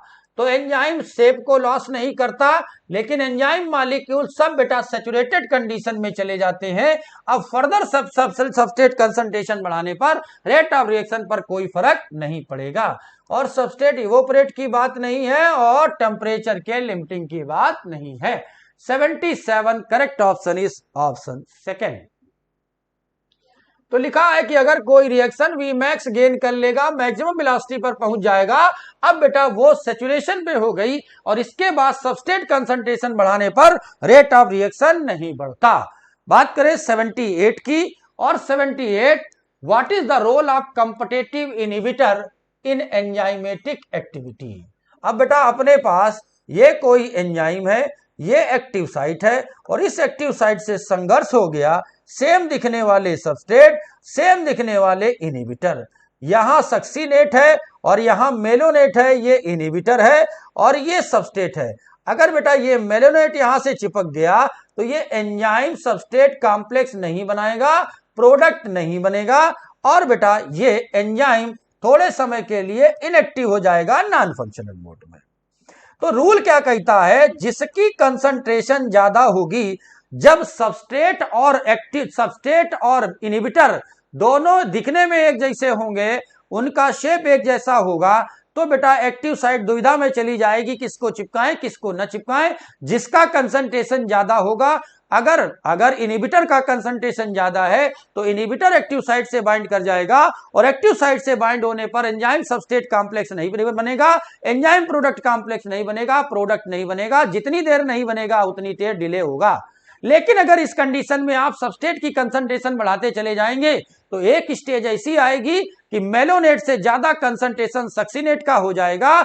अब जिसकी कंसंट्रेशन ज्यादा, वो ज्यादा टाइम तक काम करेगा, ठीक। अब बेटा ये जो इनहिबिटर है वो परमानेंट बाइंड नहीं होता, अब मेलोनेट हो जाएगा अलग, सक्सीनेट बन जाएगा। जितने समय तक मेलोनेट रहेगा उतनी टाइमिंग व्यर्थ हो जाएगी, उतना टाइमिंग लॉस कर जाएगा। तो क्वेश्चन नंबर 78, इसे जरा ध्यान से देखें। तो भैया 78 में आप कौन सी कहानी के साथ जाना चाहते हैं? तो देखो भैया, इट बाइंड परमानेंटली की बात नहीं है, it change the enzyme optimum pH नहीं है। तो अब बेटा यहां रिजेंबल दोनों एक में है। इस कंपटीशन में जो मेलोनेट है, जो इनहिबिटर है, वो बाइंड कर जाता है। इंक्रीज एंजाइमेटिक नहीं बेटा, अब ये डिक्रीज एक्टिविटी करेगा। 78 correct option is option third.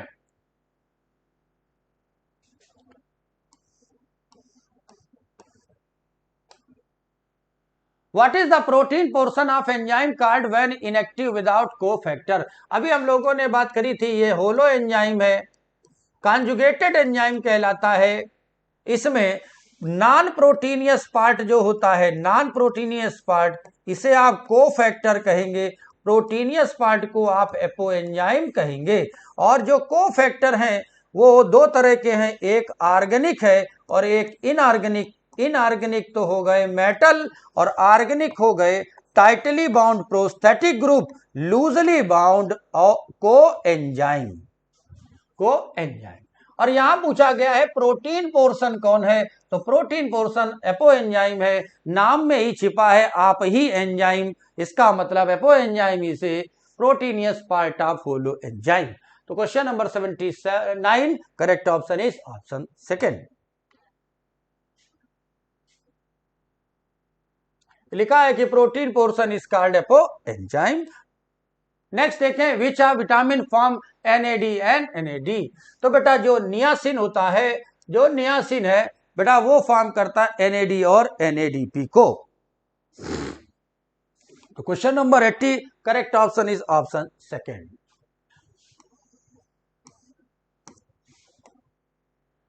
Next देखें 81 choose the correct statement for the ए। अब बेटा अगर इस ए को हम लोग पता कर लें तो it is A case of RER। बेटा ये रफ इंडोप्लाज्मिक रेटिकुलम है और रफ इंडोप्लाज्मिक रेटिकुलम का काम प्रोटीन सिंथेसिस कराना है। तो बेटा ये SER नहीं है जो लिपिड सिंथेसिस कराए, ये एनिमल में स्टेरॉयडल लिपिड हार्मोन नहीं कराता है, लेकिन बेटा ये RER है, प्रोटीन सिंथेसिस में मदद करता है। देखें ये फिगर को ध्यान से देखें और आपने इस फिगर में ए को आइडेंटिफाई कर लिया। आई ये है रफ इंडोप्लाज्मिक रेटिकुलम। रफ किसे कहेंगे? जिनके पास राइबोसोम होगा। अब बेटा ribosome site of protein synthesis.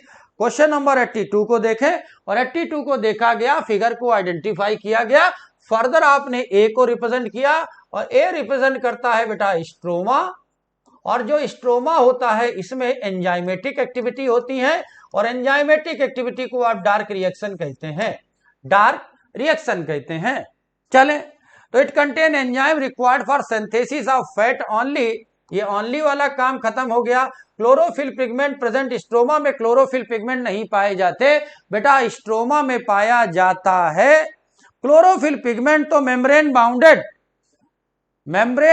Thylakoid membrane में पाए जाते हैं, लेकिन बेटा ये वो पार्ट है जहां एंजाइम पाए जाते हैं, जहां डार्क रिएक्शन से बेटा कार्बोहाइड्रेट और प्रोटीन बनाने की प्रोसेस चलती है। तो question number 82 correct option is option first. चलें ये रहा स्ट्रोमा, और stroma site of dark reaction होता है और डार्क रिएक्शन एंजाइमेटिक ग्लूकोज बनाने की प्रोसेस। आइए 83 की बात करें, और 83 की बात करें तो which of the following statement correctly describe the sexual reproduction in fungi. इनमें से कौन फंगस के सेक्सुअल रिप्रोडक्शन के लिए सही है? तो plasmogamy involve the fusion of 2 nuclei. Plasmogamy का काम न्यूक्लियस का फ्यूजन कराना नहीं है, प्रोसेस नहीं है बेटा। प्रोटोप्लाज्म के फ्यूजन की प्रोसेस को प्लाज्मोगेमी, न्यूक्लियस के फ्यूजन की प्रोसेस को कैरियोगेमी कहेंगे। और बेटा कैरियोगेमी जब होती है तो N और N दो न्यूक्लियस फ्यूज होते हैं तो स्ट्रक्चर हैप्लॉइड नहीं बनता बेटा, डिप्लॉइड बनता है। मियोसिस अकर्स बिफोर प्लाज्मोगेमी, तो बेटा मियोसिस आफ्टर प्लाज्मोगेमी कैरियोगेमी के बाद देखने को मिलती है, बिफोर नहीं। लेकिन कुछ फंगस में डाइकैरियोटिक फेस देखने को मिलता है। अगर आपको एस्कोमाइसिटीज याद है, अगर आपको बेसिडियोमाइसिटीज याद है, तो आप जानते हैं इनमें डाइकैरियोटिक कंडीशन मिलेगी। 83 correct option is option third. ये डाइकैरियोफेस हमें दो जगह देखने को मिलती है, एस्कोमाइसिटीज और बेसिडियोमाइसिटीज। क्वेश्चन नंबर 84 की बात करें, question number 84 which of the following statement is correct regarding viroid, prion and lichen. तो वायरॉइड इन्फेक्शियस एजेंट है with protein coat containing DNA. बेटा वायरॉइड में प्रोटीन कोट भी नहीं होती और डीएनए की जगह बेटा आरएनए होता है।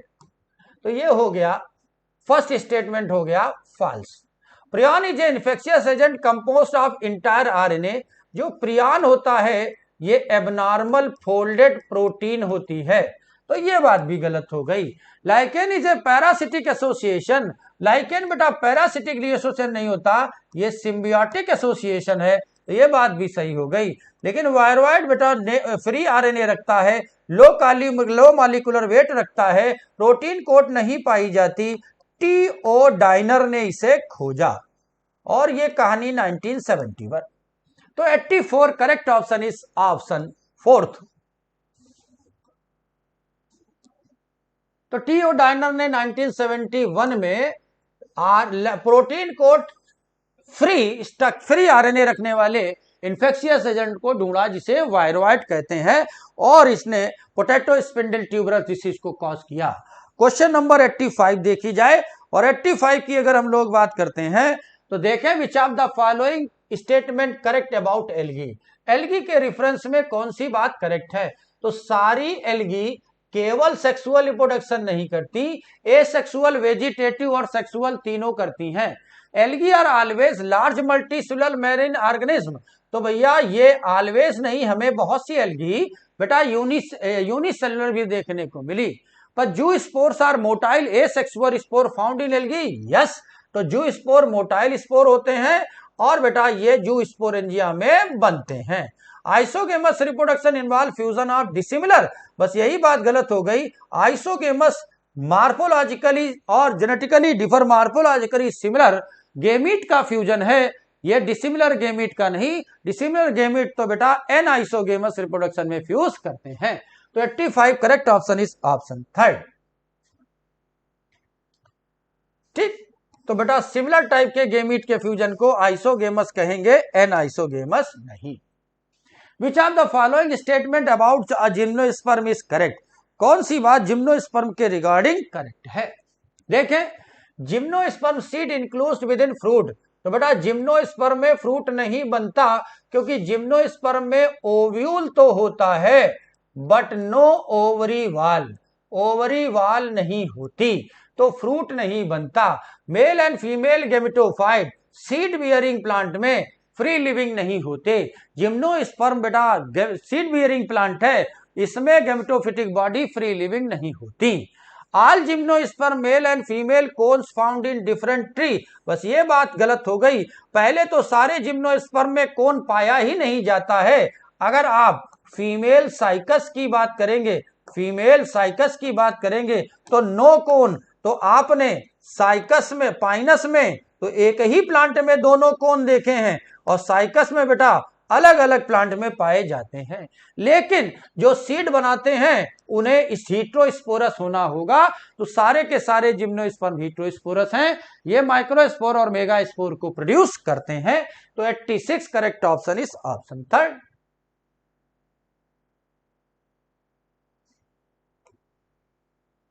Which of the following phyla acoelomate with bilateral symmetry. इनमें से कौन सा फाइलम एसिलोमेट है और बाइलेटरल सिमेट्री शो करता है? तो देखो, Ctenophora radial symmetry, Coelenterata radial symmetry, Annelida coelomate bilateral symmetry, Platyhelminthes acoelomate होता है bilateral symmetry. 87 correct option is option first, acoelomate और they shows bilateral symmetry. Next देखें क्वेश्चन नंबर 88, और 88 की अगर हम लोग बात करें, 88 की बात करें तो notochord present in only larval tail Urochordata, notochord throughout the life Cephalochordata, vertebral column replace by notochord vertebrate, and postanal tail absent in non chordate. तो 2 1 3 4 और अपने पास 2 1 3 4 का ऑप्शन हो जाएगा option second. Question number 88 correct option is option second. देखो, notochord replaced by cartilaginous और बोनी vertebral column. Next देखें 89, और 89 की बात करी जाए, which of the following statement about plant organ correct. तो root hair arises from region of elongation. तो भैया root hair region of elongation से नहीं, रीजन ऑफ मैचुरेशन में बनते हैं। Stem develop from radicle. तो बेटा जो स्टेम है वो रेडिकल से नहीं बनता है बेटा, ये प्लूमूल से जनरेट होता है। Region of meristematic activity, root located just above the root cap and it's responsible cell division. Yes, तो सबसे नीचे वाले पार्ट को आप मेरिस्टेमेटिक रीजन कहते हैं। इसको प्रोटेक्ट करने के लिए रूट कैप पाई जाती है, एक्टिव सेल डिवीजन कराती है। सेल इसकी जिसमें पाई जाने वाली सेल स्मॉल थिन वॉल्ड होती हैं, डेंस प्रोटोप्लाज्म रखती हैं और एक्टिव सेल डिवीजन करती हैं। तो root leaves originate from root apical meristem, नहीं, it is case of shoot apical meristem. तो 89 correct option is option third. तो रूट कैप के ऊपर वाले रीजन को मेरिस्टेमेटिक कहेंगे। रूट हेयर रीजन आप मैचुरेशन में देखने को मिलते हैं। क्वेश्चन नंबर 90 की बात करें, और जो 90 की बात करते हैं, which of the following statement correct regarding the vascular bundle. Monocot stem vascular bundle are open. बेटा मोनोकाट स्टम में वास्कुलर बंडल ओपन नहीं होते हैं बेटा, क्लोज्ड होते हैं। क्लोज्ड वो होते हैं जिनमें नो कैम्बियम नहीं पाई जाती। रेडियल वास्कुलर बंडल स्टम में नहीं पाए जाते बेटा, ये रूट में पाए जाते। Conjoint vascular bundle xylem and phloem arrange in same radii. Yes बेटा, जो कंजॉइंट होते हैं इनमें जाइलम और फ्लोएम सेम रेडियाई में पाए जाते हैं। So it is true. Dicot stem में वास्कुलर बंडल क्लोज नहीं होते हैं, ओपन होते हैं। तो question number 90 correct option is option third. बेटा ये था बीटीएस का डिस्क्रिप्शन। आज के लिए इतना ही। Thank you so much.